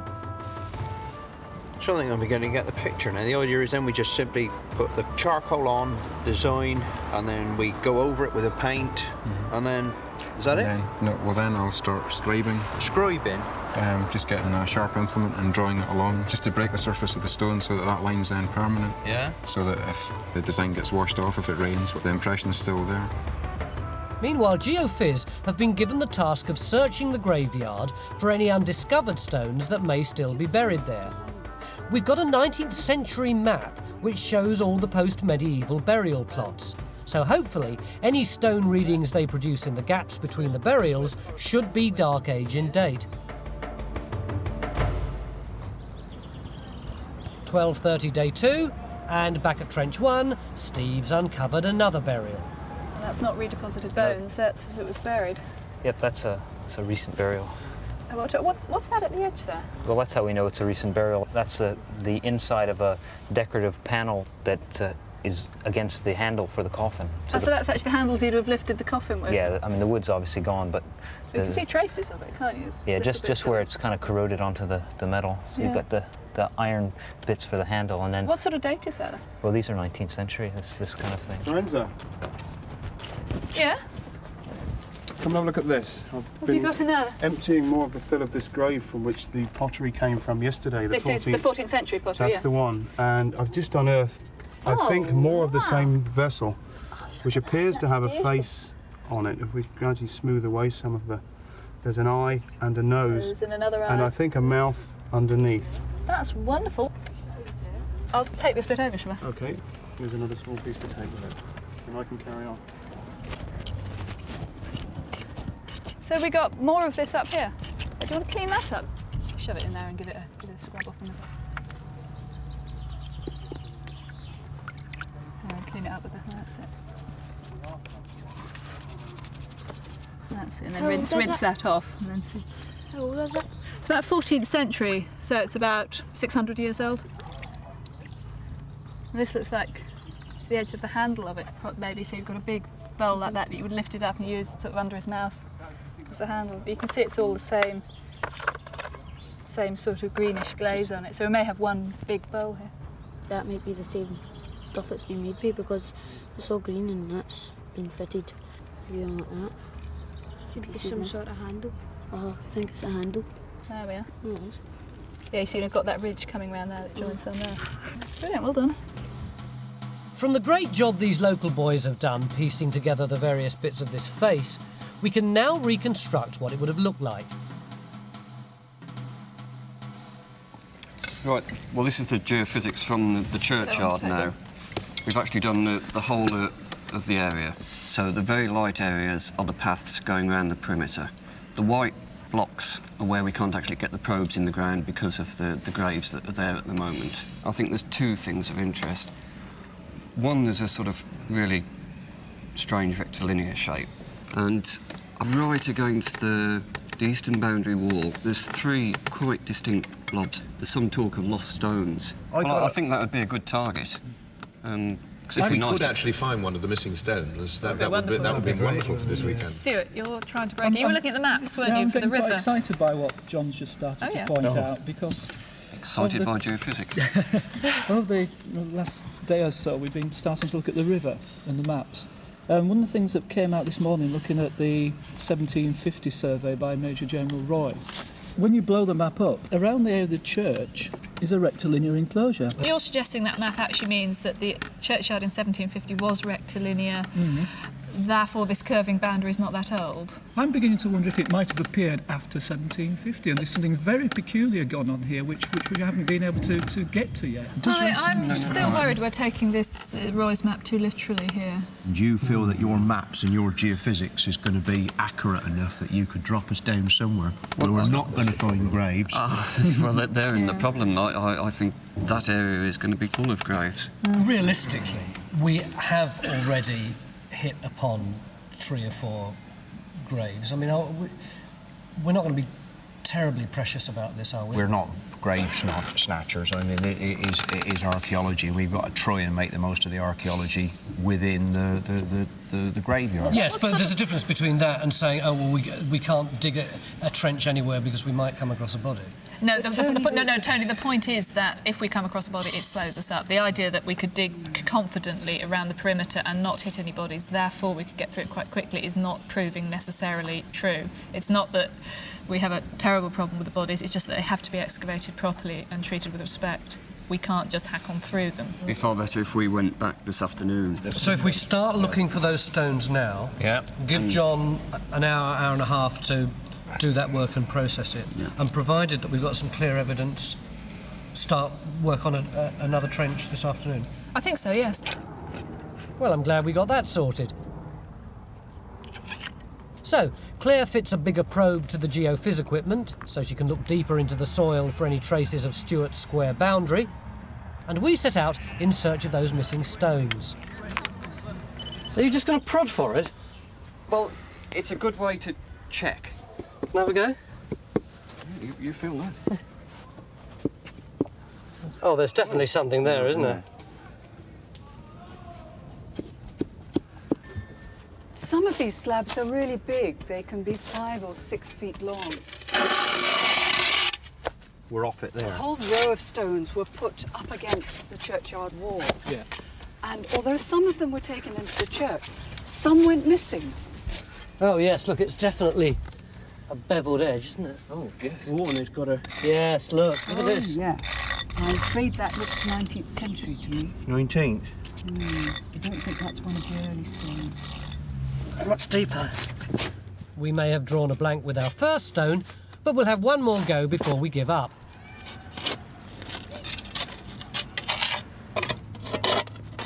Come on, Tony, see if you can... Oh, there is some shapes on that. It's definitely a shape, isn't it? Yeah. I mean, there's only one thing more we can do. Make the hole bigger. Well, this is definitely very smashed. Do you think that might be, Anna? It doesn't look like an early Christian stone, I have to say. It looks like another 18th, 19th century tombstone, and you get all sorts of emblems carved on those. So we're drawing another blank, then? I really felt good about this. I was sure that we were going to find some of those early Christian stones, even if they were fragmented, but you win some, you lose some. Yeah, that's it. You don't want to build your hopes up too high all the time. Come on. Now, it's 3 o'clock on Saturday when England are playing Scotland in Euro 96. And the inevitable has happened. Hi, Mick. How are you getting on in there? Where are all your diggers? We lasted till 18 minutes into the match, and off down the pub they ran. Oh, no. So we were hoping to find the ditch should be, appearing as we speak. Whereabouts should it be, roughly? If you come in, I'll show you. See where? Can I jump down? Yeah, jump down. I've got a very dark sandy material here. Very dark. Right. With sandy soil here, and outside the trench just over here, I've got a very lighter. Oh, there you go. Can you see the difference in that? So basically, what do you reckon you've got here? Have you got a feature going across it, across the trench? Have you got something that looks like a ditch? What I seem to have is a ditch going this way into the corner of the trench, sort of going off in that direction. Going off there and curving round, then going round here this way. So do you think this curving edge could be the base of the mound? I'm not sure yet. If that is the edge of the mound, you might have the ditch further down. Could be. How many things can take you before you've got anything definite on this? So can I go to the others and say, look, we found a mound? Not just yet. How Not soon? yet. I'll phone you. I'll ring you. Do you think you'll be able to get some results by the end of the day? Yes, definitely. Brilliant. OK. Back at the churchyard, Victor has now finished painting his design on our stone, and with some help from professional stone carver Barry Grove, Phil was about to swap his trowel for a chisel. The mallet. The mallet. Okay. The chisel. The chisel. Now then, is there a right way and wrong way to hold this? Just hold you're right-handed. Yeah, I'm right-handed. Okay. Hold your chisel in your left hand, wrap your fingers round and lock it with your thumb. Okay. And that is just a conventional chisel? Yeah, well, the actual basic design of the chisel hasn't changed since Roman times. They used to have a whole crew of blacksmiths would follow the masons around any sort of building site, and they'd constantly be sharpening and re-edging the tools for the... Head ladies tops at $2.99. Come on, ladies, how do we do it? There's no hurry for the money, ladies. Pay me the next time you're passing. Okay, we don't need the 5 o'clock, and it's fair to say the market traders have had a much more successful day than we've had. Despite Mick's earlier optimism and the return of the diggers, we haven't yet excavated enough in our big trench to be sure we found the mound and ditch. 1.9. And in the churchyard, our so-called entrance trench is well down to the medieval layers, but still seems empty. So maybe Stuart's right about the square boundary. We've tried to do the deeper survey. We still can't find any evidence for either a curving ditch, a straight ditch, any sort of boundary. Now, it's difficult conditions. I mean, we always knew it was going to be. It's not easy for geophysics to see through where there's been lots of graves. But I can't actually come up with any evidence to say, go and dig there and you'll find something. We can't just sort of randomly pop a trench in here and there in a graveyard. We're having enough trouble getting through the graves as it is. Have we had any decent results today? Well, no, we have made some progress in this trench. In fact, we've got, possibly 3 structures evidence of turning up in here. We've got... There's a big mortar lump here, which may be on top of an earlier unmortared structure below it. And also this cut that we looked at this morning, which we thought might have been a grave. Looks like it may possibly be a post hole. If it's a post hole, then it's a structure. So it's all to play for, I think. Yeah, but time team is so full of highs and lows, and today has been those really frustrating days where really nothing seems to have gone right. The geophys has been inconclusive, a lot of the trenches have been empty, and I honestly don't feel that I know anything more about the kings of Strathclyde or the carvings in the church than I did at the beginning of yesterday. But at least it looks like we might have found a post hole which could indicate, I don't know, a 9th, 10th century structure maybe. And inside it, we did find what I think is one of my most favourite finds on any of our programmes. I think he's laughing at us a bit.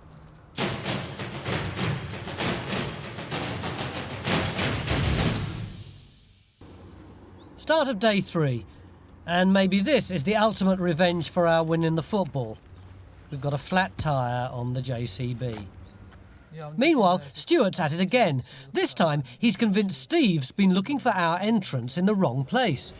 This is the 1809 survey. Yeah. Well, this is the enclosure wall going round here, isn't it? And that's where your trench is positioned in relation to the modern wall. Yeah. So we've got the two, we can say where your trench is now in relation to this. It's about there, and it looks as if you're a little bit south. And to test your supposition of an entrance through there, I think you probably would need to go about another 1.5 metres further north. You may just have missed it. I think that's about all we have to go with. It's the only way you can go, I think, is that direction at the moment. Is that okay? Yeah, well, that's what we'll do. Right. It's 5 to 10, day 3, and we were going to have another crack at trying to find the entranceway to the cemetery, because if there's a king or a saint buried here, then that entranceway is going to be very elaborate.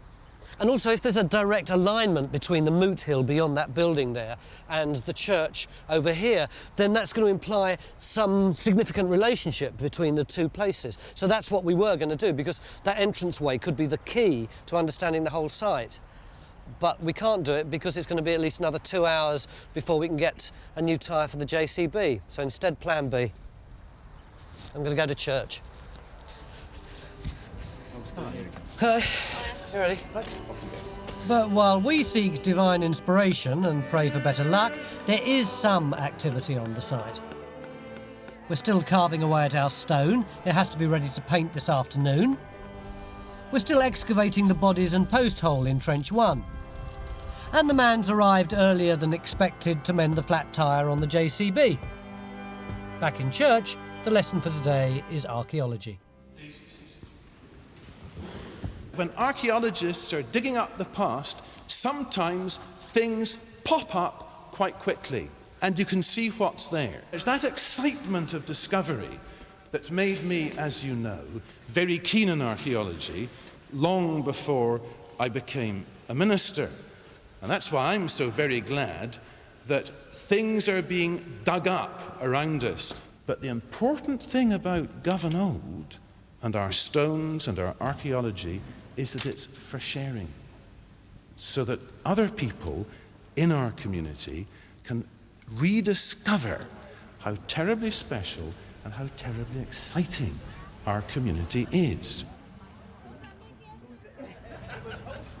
Midday, and just as the service ends, the JCB, complete with new tyre, starts work on our second entranceway trench, at the pointed end of our pear-shaped graveyard.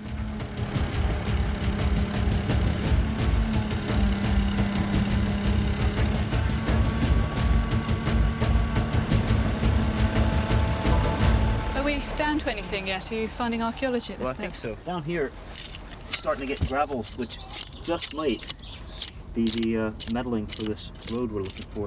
Great. So we might actually possibly have the road for the entranceway. Yeah, so we really pretty much need to stop here with the machine and you know, get some archaeologists in here. Right, so if we stop here, clean this up, do you think we're going to have time? I mean, we're virtually at lunchtime on the last day. Do you think we're going to have time to get... Well, it won't take much time to clean this up. I mean, so we better should be able to determine whether we have something here. 1:15, and it was worth the wait. We found a ditch in our big trench. But how old is it? Hello, Tony. What you got? Why do you always come when I got some exciting finds? Look at that, enormous chunks of pot. Big old slice of the body there, and then there's a stack of 3 bits there. There's a big body piece there, and this bit here is the base. But we've already got some rather nice bits already. These are the bits we hit when we discovered it. What do you think it is, Bob? I think it's part of a 14th century storage jar or cooking vessel. And presumably, if we don't find anything much earlier than about the 13th century, then that adds fuel to Stuart's idea that this might just be the base of a Norman castle, whereas if we find Dark Ages stuff, then it's much more likely to be associated with the church site. Well, unless we can get earlier material, we're not going to resolve it one way or the other, unfortunately. Yeah. I mean, the rest of the trench is going superbly well. What does that mean? Well, according to plan. I mean, you see, here we've got the edge of the ditch really, really clearly defined. This really, really yellow sand. That's totally different from the earth around it, dipping away isn't it? down in there. God only knows where it's going. But you see, in behind you, the sun is awful for seeing this. But when this comes under the shade, make a bit of shade on there. You see these tip lines, you call them tip lines. You see this little yellow line there? Yeah, one there too. And there's another one there. Yeah. And here, we think might be the edge of the mound coming down. So these are sort of stretch marks? They're literally each layer of soil as it's tipped on, tipped on, tipped on, and gradually the thing gets bigger and bigger and wider, and as you build that mound up, so you get these tip lines, and then as you push it out, you're never ever going to be able to totally remove the base of the mound. And I mean, since I've been working here, and certainly since I realised what the natural is, I mean, it's just got to be the biggest sandcastle in Scotland, really.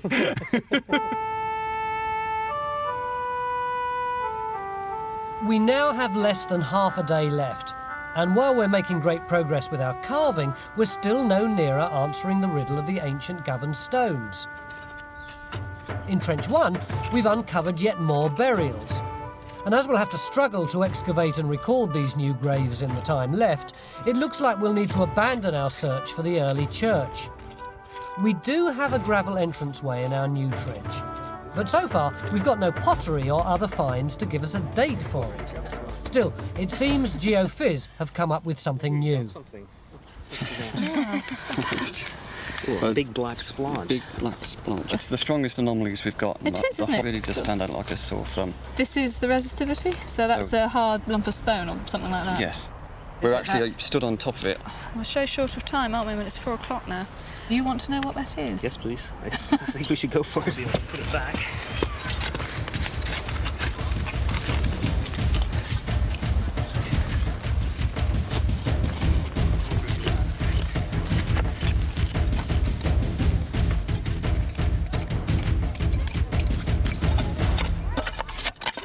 It's not very substantial, is it? This is not what's giving you the signal, is it? You'd expect something much bigger and stronger. I think it must be. I mean, there's going to be dozens of these sort of small rubble concentrations throughout the graveyard. And let's take that off and go down, shall we? Okay. Let's get moving because we're terribly short of time.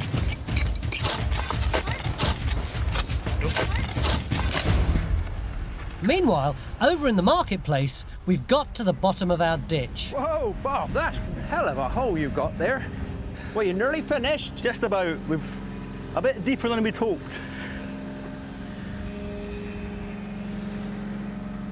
Oh, God, that is a hole. It is, it is. You had to finish it with a machine then, Machine, did you? yeah. Remember when you were here the last time, we're just getting the edge coming down, but you can see we've dug out a lot more, but it just got too deep. Wow, you still haven't got the other side. We've not got the side, we're just getting down, presumably the bottom of it now, but no sign of it going up. So what you got then is probably a very deep, wide, U-shaped, U-shaped, you reckon, ditch? That's what it looks like, isn't it? And most importantly, you got any finds out of it? Got more pottery. Yeah? I think more of what you saw the last time. Right, the 14th century stuff. And some other, a little bit deeper down, much more abraded, much thinner, much more abraded, much more worn. But how old? Well, could be, I reckon it's more earlier than the 14th. Just the condition it's in. But is it going to go back 10th? No, it's maybe 12, late 12, something like that. So are we looking at a motte? Could be. Massive ditch with pottery, so we found it. Is that good for Govern? I think so. So Stuart was right about our mound being a Norman motte for a wooden bailey. Quite a big find for a weekend's work. But what about his theory of a square graveyard? Stuart, the archaeologists here and the vicar and everything that I read, like this Govan Heritage Trail pamphlet, says it's important that the graveyard was round from early times. The round-shaped graveyard of Govan Old Parish Church would suggest there was a community here long before the Romans arrived. For the past 24 hours, you've been saying that you think everyone's got it wrong. Why is that?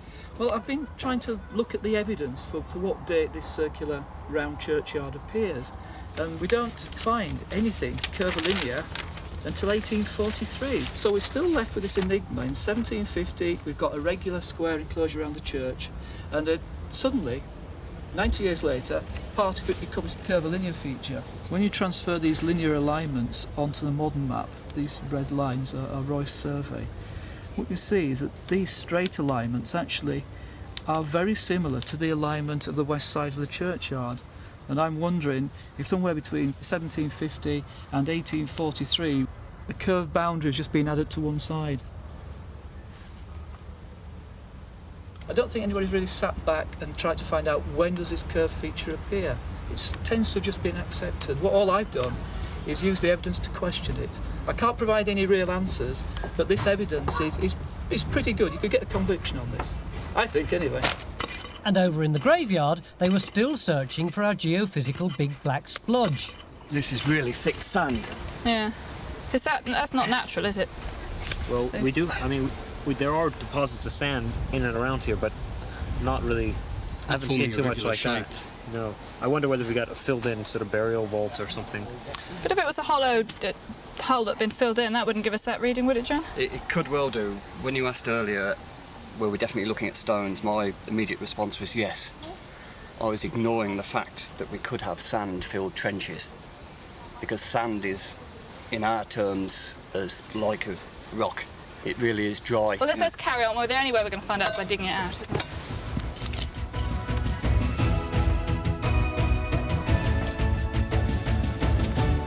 The electric currents find it as difficult to go through dry sand as they do walls. So it's just a sand pit with nothing in it. I mean, Well, we're only looking at a very small section of a much bigger anomaly that stretches 5 metres that way.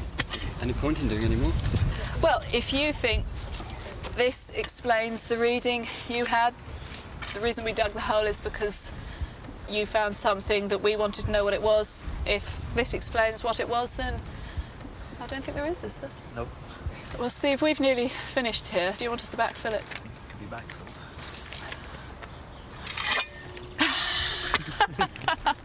And while Carenza backfills, I had a phone call to make. Hello? Hi, Mick. Yeah? It's Tony. Oh, Tony. How you feeling? Oh, not too bad, mate. Anyway, how have you got on? Well, it's been a funny old weekend, really. You know, we'd got this old moot hill. Yeah. And the feeling at the moment is that it's probably a Motte and Bailey castle. Right. Oh, that's very useful. Yeah, it's useful, but it's sort of frustrating in that we wanted to find evidence of an earlier time. I know you're laughing, as you always say, you find what you find. Well, yes, and I mean, I think we often set out with an agenda, don't we? And then we find that it's not like that at all. We've dug 3 trenches here in the graveyard.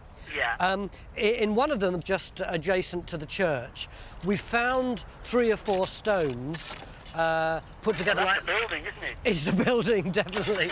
Because the mortar isn't there, they're pretty certain it's pre-12th century.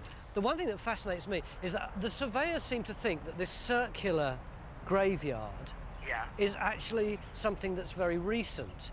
How do you feel about that? Well, it's a possibility. I mean, I know we all get excited about circular graveyards and we think they're early, but I mean, some recent work in Wales and Cornwall has shown that there's actually a terrific variety of shapes. That's actually quite significant to even sort of come up with that. But basically, you don't mind if we started off with a moot hill and a circular graveyard and ended up with a Motte and Bailey and a square graveyard? No, I mean, I never have any preconceptions about these things. I mean, life's just like that in archaeology. I'll learn that one of these days. It's 8 o'clock and time to go. We may not have solved the riddle of the stones this weekend, but at least we're leaving Govan our version of their ancient grave markers. It really is beautiful, isn't it? It's lovely, isn't it? It's nice to see it painted. Superb. What do you think we've got out of this weekend? Well, I think we've actually done quite well, considering it was always going to be difficult. It's been made twice as difficult without Mick. But the trench and the churchyard, we have got some early archaeology that is earlier than the medieval pottery we're finding. So, we've uncovered the oldest remains yet to be found on this site. The unmortared foundations of an ancient church wall.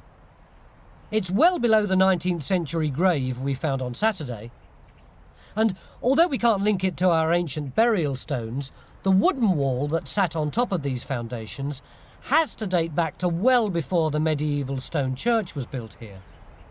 So what do you reckon was going on at that period? What's your bet? I think we've got something pretty important going on here. Maybe a religious site, maybe a royal site. I think there's something going on here. Robin? What I reckon happened was that this became the burial place of the sub-kings of Strathclyde and the aristocrats of this kingdom. Again, a very, very important site. We might not have solved the riddle of what was going on here, but we have got lots of little stories about it, lots of hypotheses, lots of theories. And I like to think that it means that the vicar can hold on to his idea that it was a religious site, and that Anna can hold on to her idea that it was essentially a kingly site. And as for the people of Govan, well, they can listen to all the stories and decide which one they want to adopt.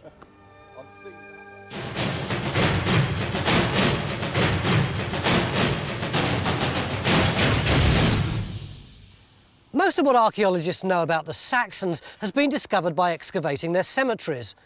Last summer, we dug one here in Braymore in Hampshire because we wanted to find out more about this. It's a brass Byzantine bucket which was found in a grave here. Over our 3-day live dig, we not only learned an awful lot about how people lived here, but also how people died here nearly 1,500 years ago. During the frantic course of our 3 live programmes, we delved into archaeology as diverse as prehistoric flint knapping and Bronze Age waterside rituals. But while all this was going on, our documentary crew were following the archaeology in detail to bring you the in-depth story of Saxon burial rites and extraordinary grave goods.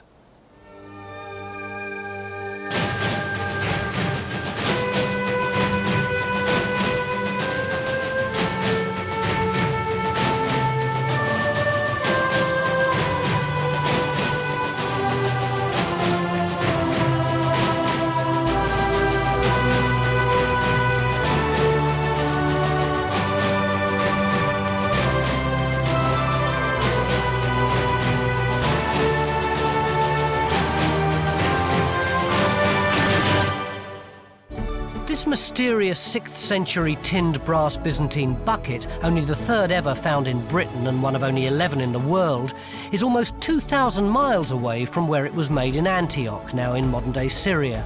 So why was it buried in this idyllic part of Hampshire? Could it be a prized possession of a long-forgotten Saxon chieftain buried on a mound in this field?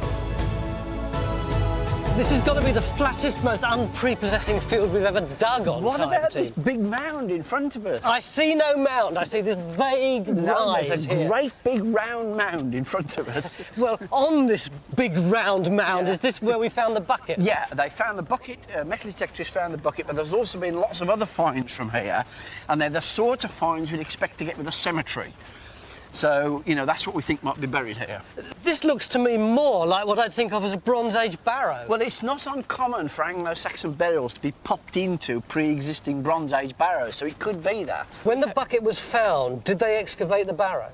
No, they did a few times. Well, when the bucket was found, the metal detectorists just dug out the bucket, of course. But then when it was recognised how important the bucket was, the archaeologists came in and did about 7-metre square test pits, just a few tiny pits. What we want to do is excavate a bit more and find out more about where the bucket came from, what was it in. A bit more. We've got 3 days. Does that mean that we can open up the whole barrow? Oh, no. I mean, I think we'll be sampling the burials if they're there, and we'll probably have a look at a section across the barrow just to make sure there is a barrow, but we won't be able to do any more than that.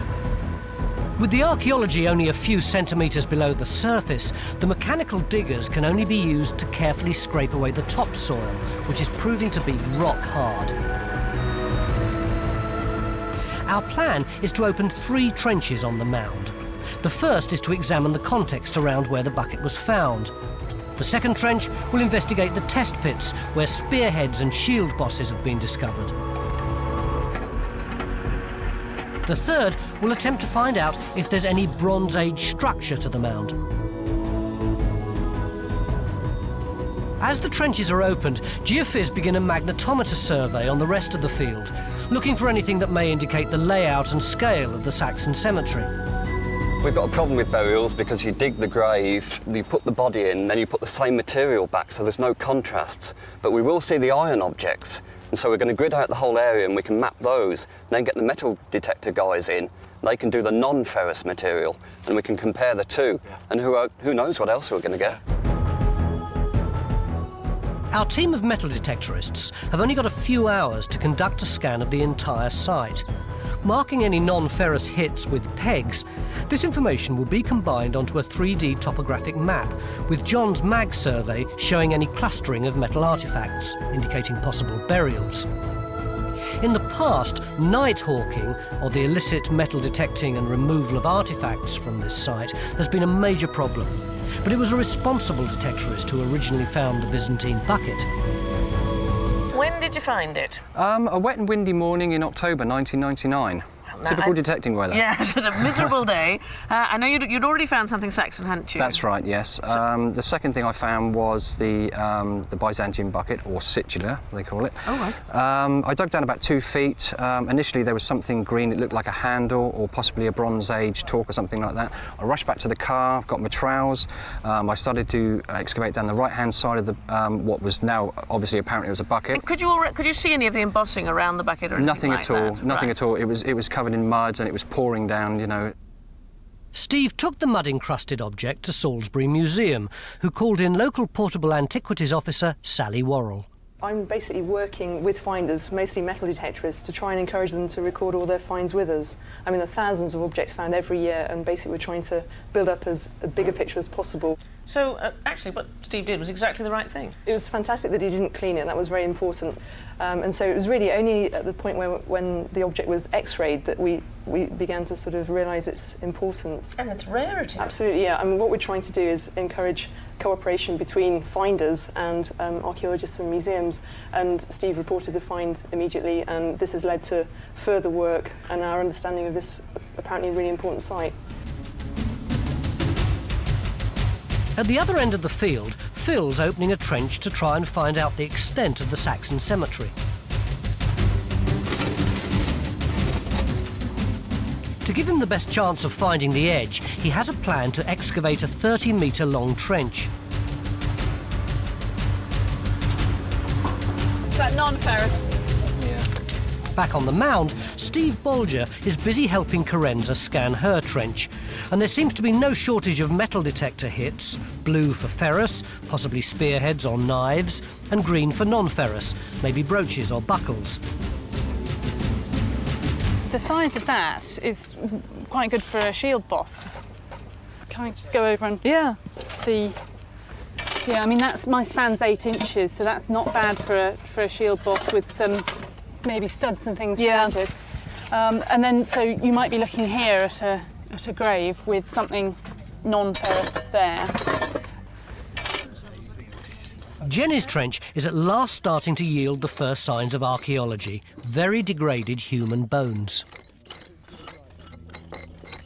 As well as finding out more about the people who were buried here, we've set Stuart the task of trying to find out where the Saxons lived. To a lot of people, that's just a mound in a field. To me, it's a mound in a landscape that's been evolving for thousands of years. I'm keen to find out why it was there, and more importantly, the people that are buried there, where did they live? And I'm using old maps, geological maps, air photographs to try and understand that. And have you come up with anything so far? Well, already very interesting things are emerging. We've got some old maps which show a very, very peculiar but interesting settlement pattern, and I think that's going to tell us something about where the settlement was that's associated with this cemetery. Over in Katie's trench, there seems to be little sign of any Bronze Age structure to the mound. We have been thinking, Francis, that originally this mound might have been a Bronze Age barrow. What do you reckon? Well, at first glance, it looks like one, a very big one. But there are things that aren't quite right. Like what?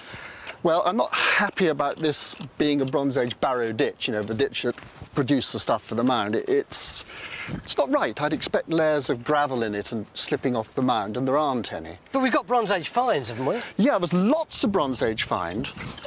These flints, I mean, they're all about sort of 2000, 2500 BC, but they're not the sort of things I'd expect to find in a barrow. I'd expect to find sort of juicy things like great big arrowheads and things in a barrow, but this looks like the sort of stuff you picked up off the kitchen floor. So, are you saying that you think that this mound might be a natural feature that people have used over thousands of years, maybe, and the Saxons then decided to bury their people in it? Yes, that's the way it's looking. I won't swear to it, but that's how it looks right now, I think, yeah. The human bones found earlier in Jenny's Trench have now revealed themselves to be 2 individual skeletons, a rare example of a Saxon double burial. But you think, Andrew, that these 2 bodies went into one grave at the same time? Yeah, I do indeed. I mean, you very rarely find early Anglo-Saxon graves so close together as separate events. So, looking at the aspect of these, I mean, almost certainly you've got 2 people put into a grave at the same time. And is that just opportunism? Is it we've 2 people happen to die on the same day, we'll dig one big hole rather than 2? Or is it that, you know, father and son, mother and daughter? It'd be a bit of a coincidence that they died on the same day, wouldn't So it? we're talking about some sort of episode where... Yeah, the one thing we've got to bear in mind at this period is sort of plagues, effectively. Right. It's quite likely that you'll get close members of a family dying at a similar time. I sort of find that quite hard to actually accept, because normally you get plagues in the sense that we understand the word to be associated with people living in close proximity to one another, and where you've got problems of contaminated water supply and things like that. And with more rural dispersed settlement, it's actually quite unusual for infectious disease to be a major problem. So I think I would take issue with that a bit. Sure. I think the other thing that we automatically assume, because of what we do today, that you wouldn't have a grave left open, because we don't today, and that doesn't mean that in the past they would have automatically closed the grave up just because there was one body in it. And it could be that burial practice then was less particular than it is today. Because there are a number of burials known, aren't there, with fly puparia found in association with the corpses, and that suggests they're on display for some period of time. Carenza, this is the trench where the bucket was originally found, isn't it? That's right, and we now know exactly where it did come from. See that square in the middle of the trench there? Well, you just drew that, didn't you? Well, yes, but we've drawn it round a metre-square test pit that was dug around the Anglo-Saxon bucket. Any other finds? Well, the other stuff we found is all much earlier, which is quite interesting. See, we've had masses of this flint. See all this lovely, really black, shiny stuff? It's Bronze Age flint. And the fascinating thing is that it seems to all have come from 1 or 2 original bits of flint. Somebody has sat here making flint tools on this very spot in the Bronze Age. So even though the mound itself may not be Bronze Age, it looks like almost 4,000 years ago people were sitting here making flint tools. To try and find the extent of the cemetery, Phil seems to have gone a bit mad with the JCB. Phil, you have dug the biggest trench in the world here. Not much in it, I'm afraid. No. This is the main terrace gravel where we've got the cemetery. The important thing is we've not actually got any burials ourselves, so we must be outside the cemetery. Doesn't come this far. But have you found anything at all? We've got a small ditch there, which has got some pot in it. All right, but this is not ancient. That's from Burwood, which is the local post-medieval 18th, factory 19th around here. stuff, Right, and flint, of course, I had to have flint. Have that. And a bit of animal bone. Yeah, well, so I think we should shut this trench down. No. We haven't finished it yet. We must extend the trench through to the floodplain itself to get a transect right the way through, and we must know how old this ditch is. Okay. And do you think we might still find something? Oh, yeah. The position of Phil's trench on the edge of the floodplain is apparent when you see it superimposed on a topographic map of the site. Add to this the results of John's mag survey and the metal detector sweep, and we can see that all of the metal anomalies are concentrated in clusters on the mound. We're at the trench, which I think is the trench where all that ferrous information was coming up. That's right, we've surveyed the whole area and targeted this one. And how have we done, Carenza? Well, you know, I said earlier we had some metal finds possibly coming up that might help. Yeah. It's now turned up, and it's fantastic. It's exactly what we wanted. It's the first Anglo-Saxon find for you here. And look at it. What is it? What is it? It's a spearhead. See it from the point there all the way down to the ferrule at the end where the wooden shaft would have gone into it. And the fascinating thing as well is it comes just about a foot from where that bucket turned up, so it looks as if it might be part of the same burial. That's all for this evening. Join us tomorrow at the same time for more trenches, more beautiful finds, and the news from Time Team Live. So we ended the first day's live programme with the solitary spearhead. But that wasn't quite the full story. Everyone's packed up and gone home now. How's the day been for you? Well, I'm still worried about this trench. We had loads and loads of metal detector signals for copper alloy objects, and they haven't been coming out. Actually, I'm wrong. Not everyone's gone home. There's Katie still ploughing a lonely furrow. What have things been like for you? It's been really frustrating all day. I found very little, just a few iron nails and a few flint flakes. But in the last 10 minutes, I have just found this wonderful spearhead. Another spearhead? No later than 7th century. So what does this tell us? Well, it's even more of a conundrum because that's iron and all these signals are copper alloy or bronze. What a puzzling day we've had. We've had grave cuts, we've started to come up with these fantastic grave goods, and there's still a long way to go. Day 2 of our excavation into our Saxon graveyard, and we've got 1 or 2 tricky questions to answer. These 2 skeletons appear to be buried in the same grave. So why would that be? Were they possibly related to each other? Were they just buried on the same day? What do you reckon, Margaret? Well, it's very, very difficult to be sure. There are various possibilities, and one of the ones that we've seen on other Anglo-Saxon cemeteries is that graves appear to have been left open and then a second burial put in at some later stage. So what are we going to do with these chaps now? Well, firstly, this isn't a chap. This one we don't know, but this is definitely a woman. How do you know that? Because a part of the pelvis survived, which is clearly female. And were there any grave goods associated with this when it was originally dug up? Yeah, this one had a shield and there was a spearhead lying here. Why would a shield and a spear be associated with a woman when she was buried? Well, why not? Maybe she was a warrior. They had warriors who were women in Saxon times. Well, we don't know, but we do know that at the end of the Iron Age there were warriors in Britain. There was Boudicca, there was Queen Cartumandua, and she was a warrior queen. So if this tradition survived before the Romans, maybe at the end of Roman influence you get the re-emergence of powerful warrior women. Yesterday's metal finds are now in the conservation lab. The spearhead from Katie's Trench is first cleaned of all surface soil, showing the concave profile of the blade, a sure sign of 6th century workmanship. An X-ray of the same blade shows us the internal structure of the shaft socket, definite proof that it's Saxon. Back in Trench 2, even more metalwork's being uncovered, this time a shield boss placed on top of a skull. Once X-rayed, traces of rivets around the edge become apparent. Now, Ian, I know that this is the shield boss. This is what they've been finding out there. What's it made of?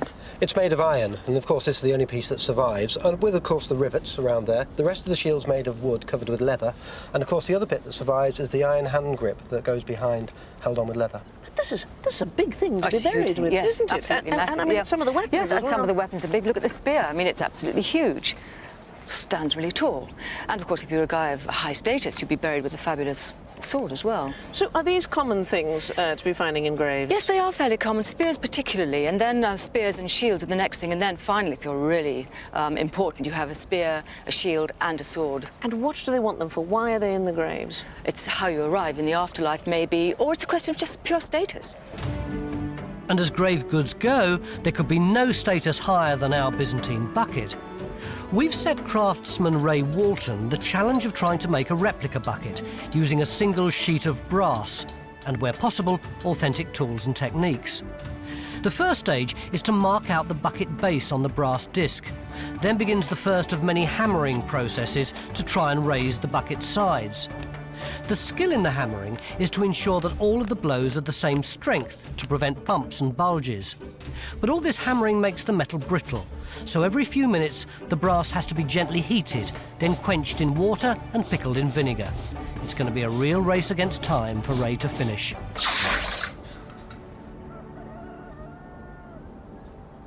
Before we can lift the double burial skeletons for further analysis, they have to be recorded to show their relative positions, best done in 3 dimensions using some new technology.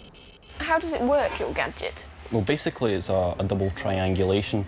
This emits a magnetic field in a sphere, and these 2 points allow you to track the position of the wand within the magnetic field so it knows where it is. And similarly, these 2 cameras see the laser stripe when it comes out the middle.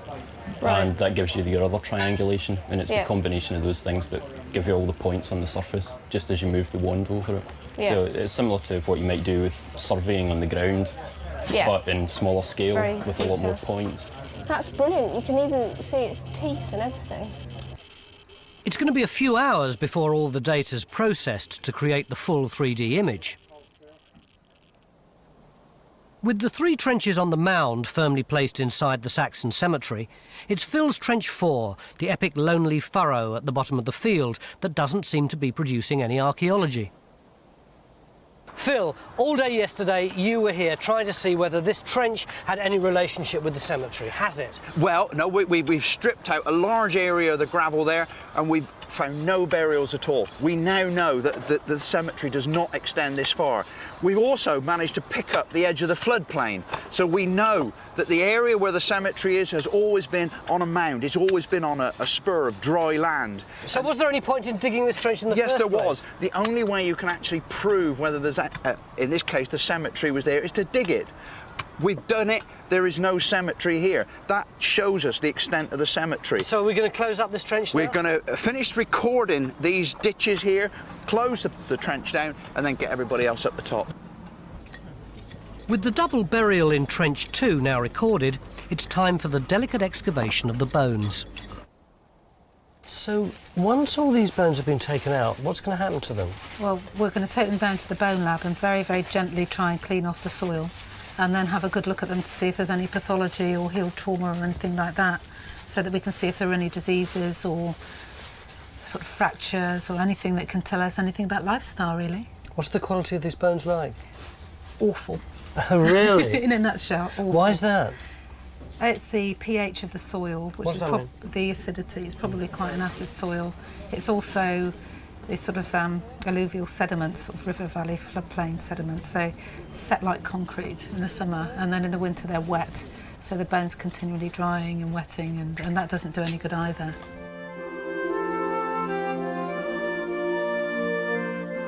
But where did all these Saxons who are buried here live?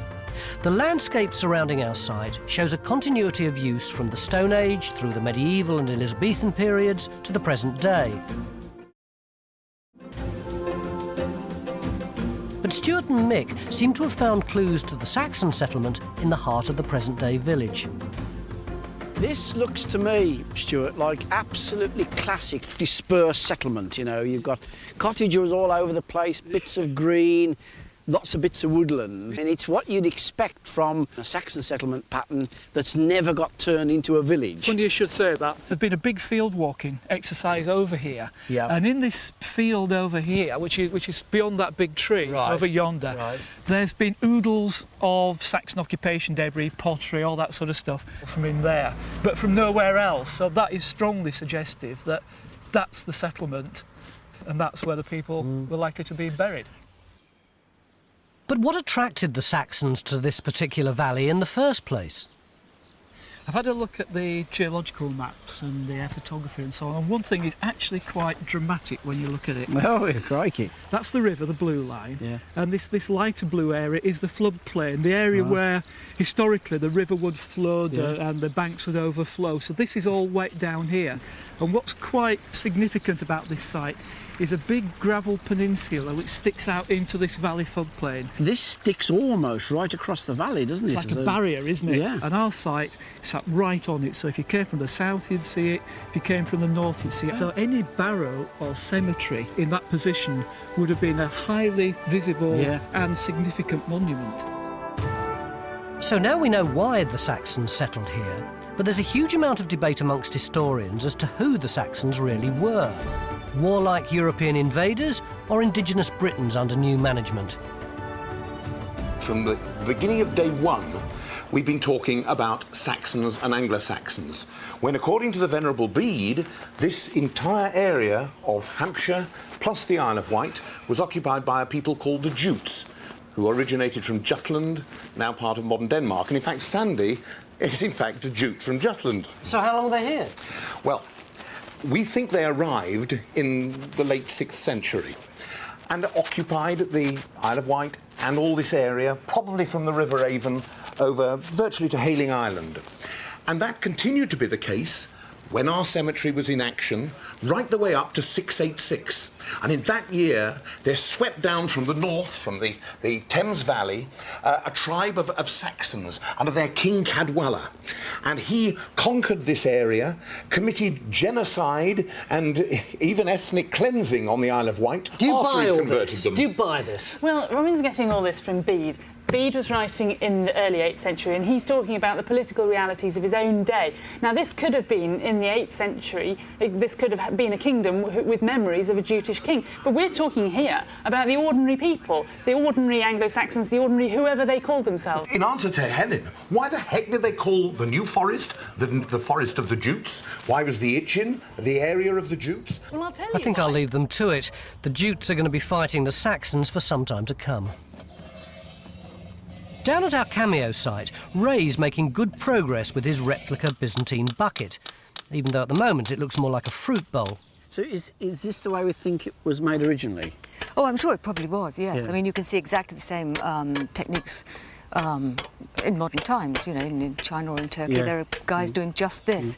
So, I mean, I'm sure this is exactly how they did it.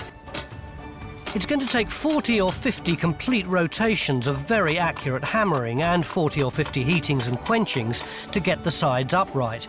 That's before the thousands of punch-hole engravings and the tinning process.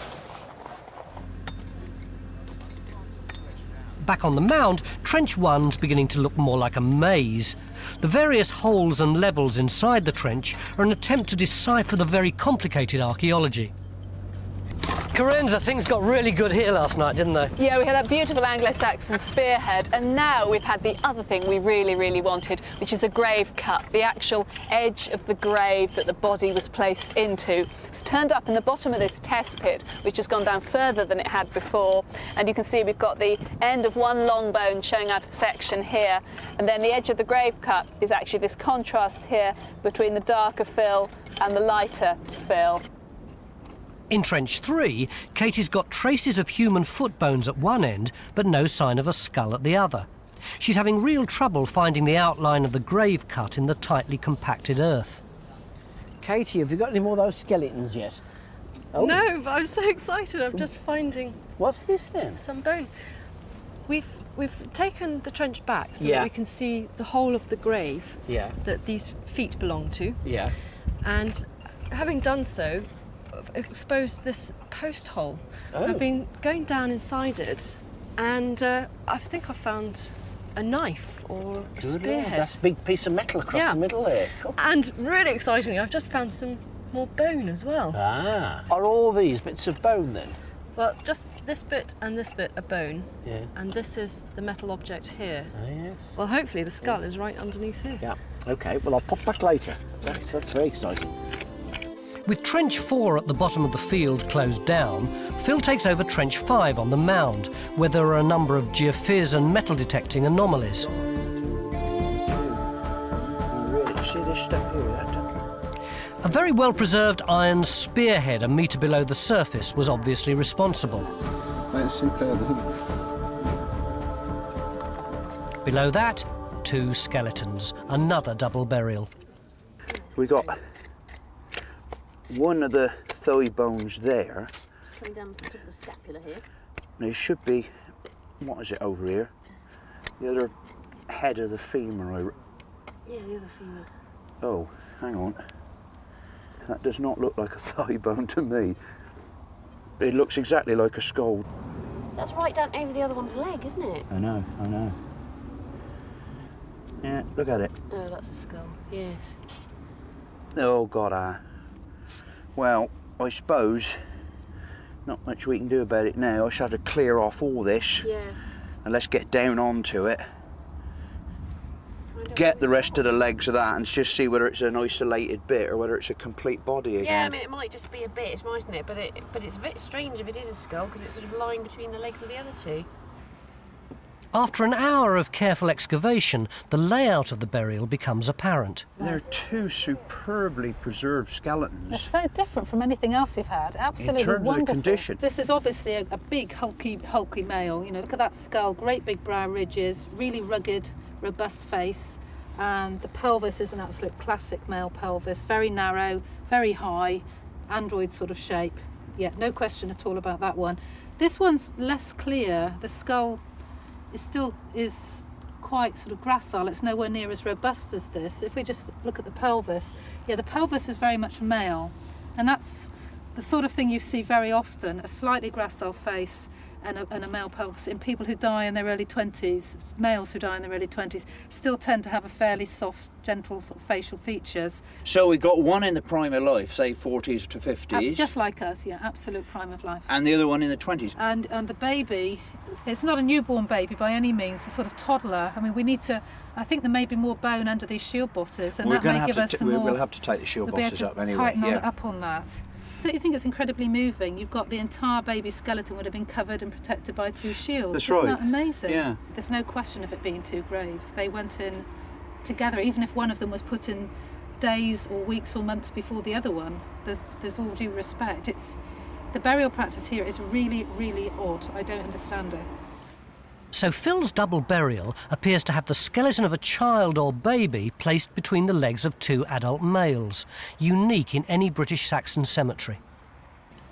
Well, I think that Katie looks like the cat who's got the cream, and I don't know what it is. Do you know what it is? You'll love this. All right, what is it, Katie? Look what we have found. It may be the rim of a bucket. But is it copper? Is it copper? It's a copper alloy, and the thing is, it could be either a handle or it could be part of a vessel. Even if it's not like the other one, yeah. It might be made of wood with bronze fittings around it. But we're going to have to wait until tomorrow to find out if Mick's right. Over in the Bone Lab, the analysis of the skulls from this morning's double burial in Trench 2 has also raised a few questions. Our supposed warrior woman turns out to be an elderly lady buried with an 8 to 10-year-old juvenile. Surely too old and young to be warriors. So why were they buried with weapons?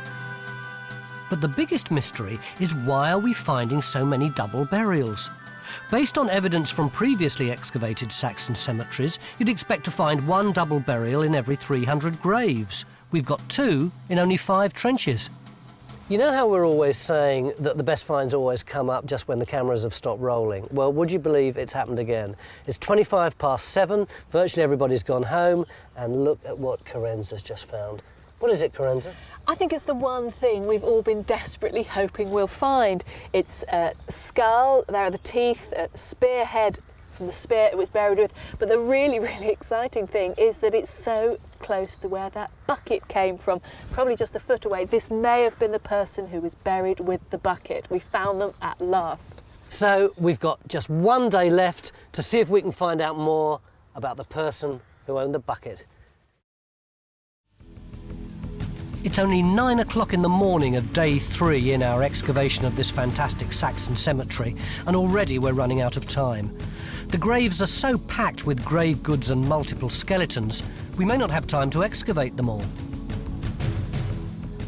Last night, Katie unearthed the rim of what appeared to be another bucket. Though different in style to our tinned Byzantine bucket, this is a major discovery. Phil's been brought in to help record this extremely rare find. Is that wood you got there? This is just unbelievable. I've got decorations coming down in copper alloy with the bubbles underneath them. And then behind that are what looks like wooden slats, narrow wooden slats coming down. This is absolutely extraordinary. You wouldn't imagine that the preservation was so good, would you? The excavation of the person who was buried with the bucket has thrown up another mystery. Yet another double burial, our 3rd in 5 trenches. Definitely male. You can see his big brow ridges here. You can see that he's got a jutting out Hell of a jaw, well. hell of a jaw, really, yeah. Really angled jaw, very sort of Brad Pitt, I should imagine, so quite sort of angled jaw there.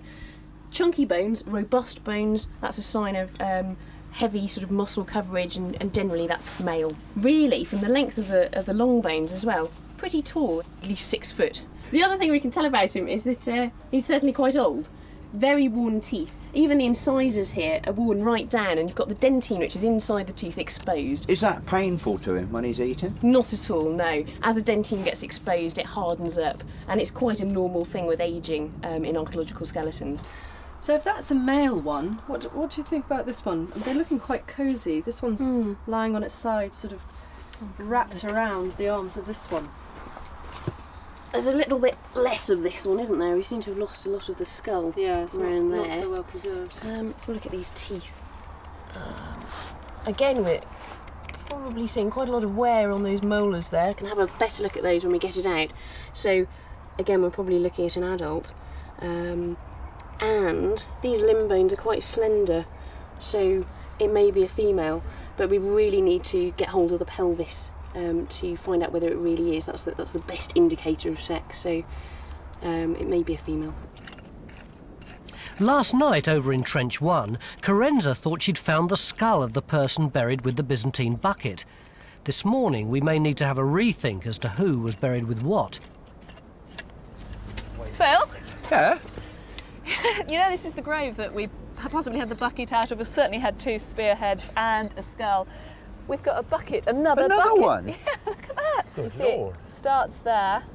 The turquoise green of the copper alloy comes right round like that.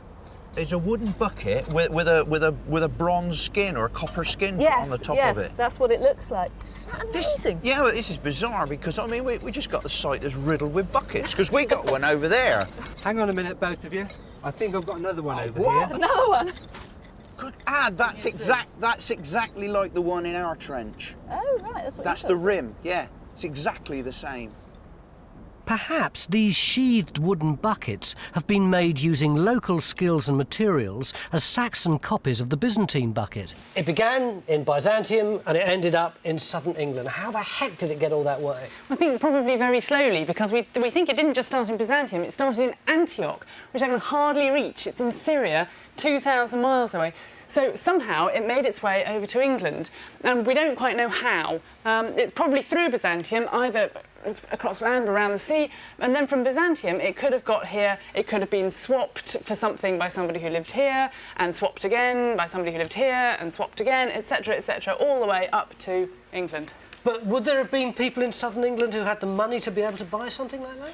Well, indeed. I mean, the status of the object itself tells us that you're looking at people who want to own these kinds of materials, and it indicates that there were almost certainly contacts either side of the channel with families of a similar social standing. So it could have been the brothers or cousins of people who were ruling this little area who swapped it? It could have been, indeed, yeah. As we've already established, the river was a key factor in the formation and development of the Saxon settlement. It would therefore seem logical that the river was also a major artery in transporting people and things from the coast to inland settlements. Look at this splendid array of stuff. Now, Jenny, you've got the traditional costume on there, but it isn't just functional, is it? No, it's very highly decorated. This sort of brooch used to pin at the shoulders, this style, or you might use an annular like this, or a saucer, or a disc brooch like these. Oh, beautiful things, but I mean, Angela, can these all be local? I have to say I've never seen one of these in this area. No, they're not local, no. I mean, that's a cowrie shell. That's probably come all the way from the Red Sea. So we're talking long-distance movement of objects here. And what about all, I mean, there's lots of beautiful jewels. Yeah, we've got amber from the Baltic, right. We've got an amethyst, and we've got the little tiny ones are, in fact, garnets and pearls. So incredibly long-distance trade. Yes. But, I mean, this looks, I mean, for our purposes, we see it all beautifully laid out, but it looks like a shop. So is that what we would have had on the riverbank? People setting up a shop, hoping to make a few quid? I don't know. Well, not a few quid, no, because, of course, we're in a pre-monetary system here. We're talking sort of barter or exchange. So you don't need the money. So why do you need the things? What's it about?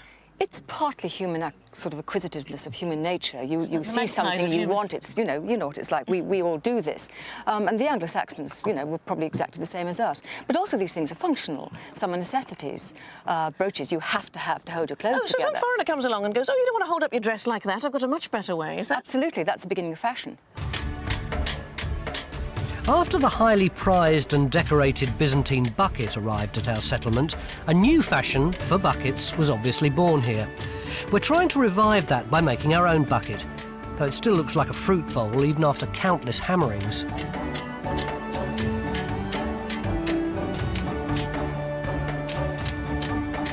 Back on the mound, it's starting to look like our latest double burial contains more than just a bucket. It looks like there's enamel. That is really incredible. So how does that work as a buckle? If I take this one off... Yeah. That's probably the easiest thing to do. So that's the best way to explain it, I think. The little pin of my buckle is the same as this great big thing. Good Lord! It's got this huge plate on the base of it, where it's got the loop that goes round the bar, which will be underneath this. So the next thing we're looking for is the frame. But then I'm guessing, because this, I've not ever seen anything like this before. Enamel's really unusual. Oh, wow. Fully conserved, the buckle would look something like this. So now we can see the two burials complete with all their grave goods. A tall, middle-aged man with knife, spear and shield, alongside possibly a younger female. Once again, the female's equipped for war, but balanced on the lower shield, a copper-sheathed wooden bucket. It's extremely unusual for so many weapons to be found as grave goods. Careful analysis may give us some clues to these strange Saxon burial practices.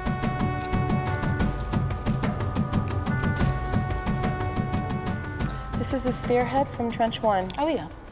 From near the bucket was found. And I'm looking at details, things in the corrosion that might tell us a bit more about the burial. My goodness, is that what I think it is? I think it's a fly pupae. I think it is, isn't it? It's sort of part of this sort of exoskeleton there, and then you've almost got a cast of the rest of it. Yeah.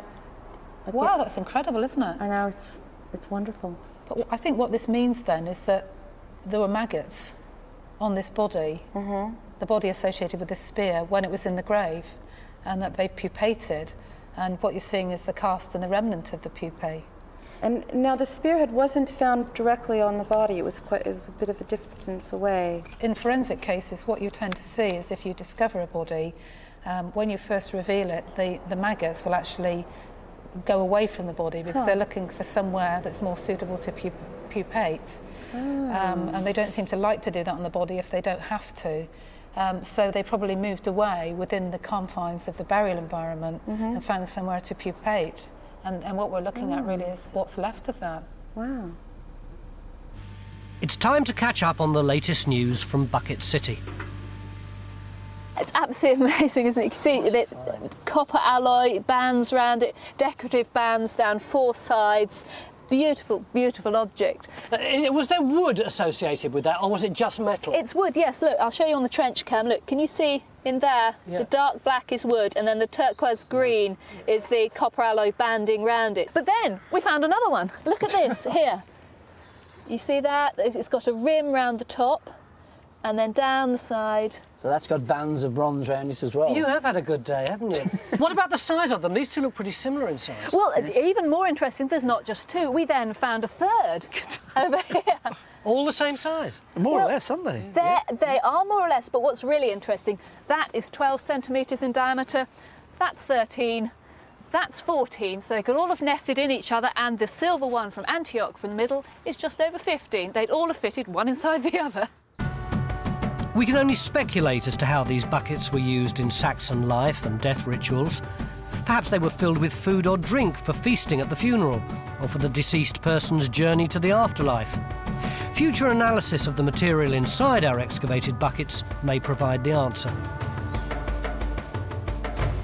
What kind of status do you think the people were who were buried here? Well, this is a stunning find. I mean, as a burial deposit, it can only really represent people who were regarded as tribal leaders. Oh. Corenta, how do you think all this worked then? Well, I think how we know that it's such an impressive burial is we think it's all part of one burial. It's incredibly symmetrical. That's what really screams at you. And those post holes look like they're part of a structure that might have gone over the top. So Actually, a canopy? Yeah, a canopy or a chamber that perhaps people could have come and visited the graves as they were laid out there with all their glorious, perfect items, shields, spears. They've all got shields and spears, both the skeletons. One thing we do know for certain is that our Saxons from this part of Hampshire wouldn't have been able to read the inscription on our Byzantine bucket. Written in ancient Greek, it offers advice for the owner. Use this, lady, for many happy years. Ray's almost finished adding the inscription and hunting scenes to our now raised replica. Thousands of punch marks make up the intricate pattern. With only minutes to spare before the end of our live programme, it's dipped in molten tin to give the appearance of silver. It's this silver shine that gives us one last clue as to why they were important as grave goods. I think these showy, flashy items, if I was digging them up on a Bronze Age site, they'd be to impress the other people in my village, in my community. You're nodding like that. It's about the living as much as the dead. So it's not going to the afterlife. No, it's display. It's what they want to communicate to the people who are coming to the funeral. So what does that say about the kind of funerals that they would have conducted? Well, that they would have been visible, laid out in the grave. They wouldn't have been in a coffin lowered in. They would have been there with their bucket here and their spear here, ready for everybody to come and see. And the people who came to see them would know what the bucket meant. You are pretty sure that they were laid open. This isn't just supposition. What about all the rest of the things that you said? How can you possibly know? Well, we don't know a lot of it. We don't know how much feasting there was, whether fires were lit, how far the relatives came from. We don't know masses of things, but we're putting together fragments of evidence to make a jigsaw puzzle. Like what? Well, fragments like a lot of buckets in one place, but perhaps a lot of blue beads in another cemetery. Can you tell from the way the objects are found in the ground now by the archaeologists about that sort of thing?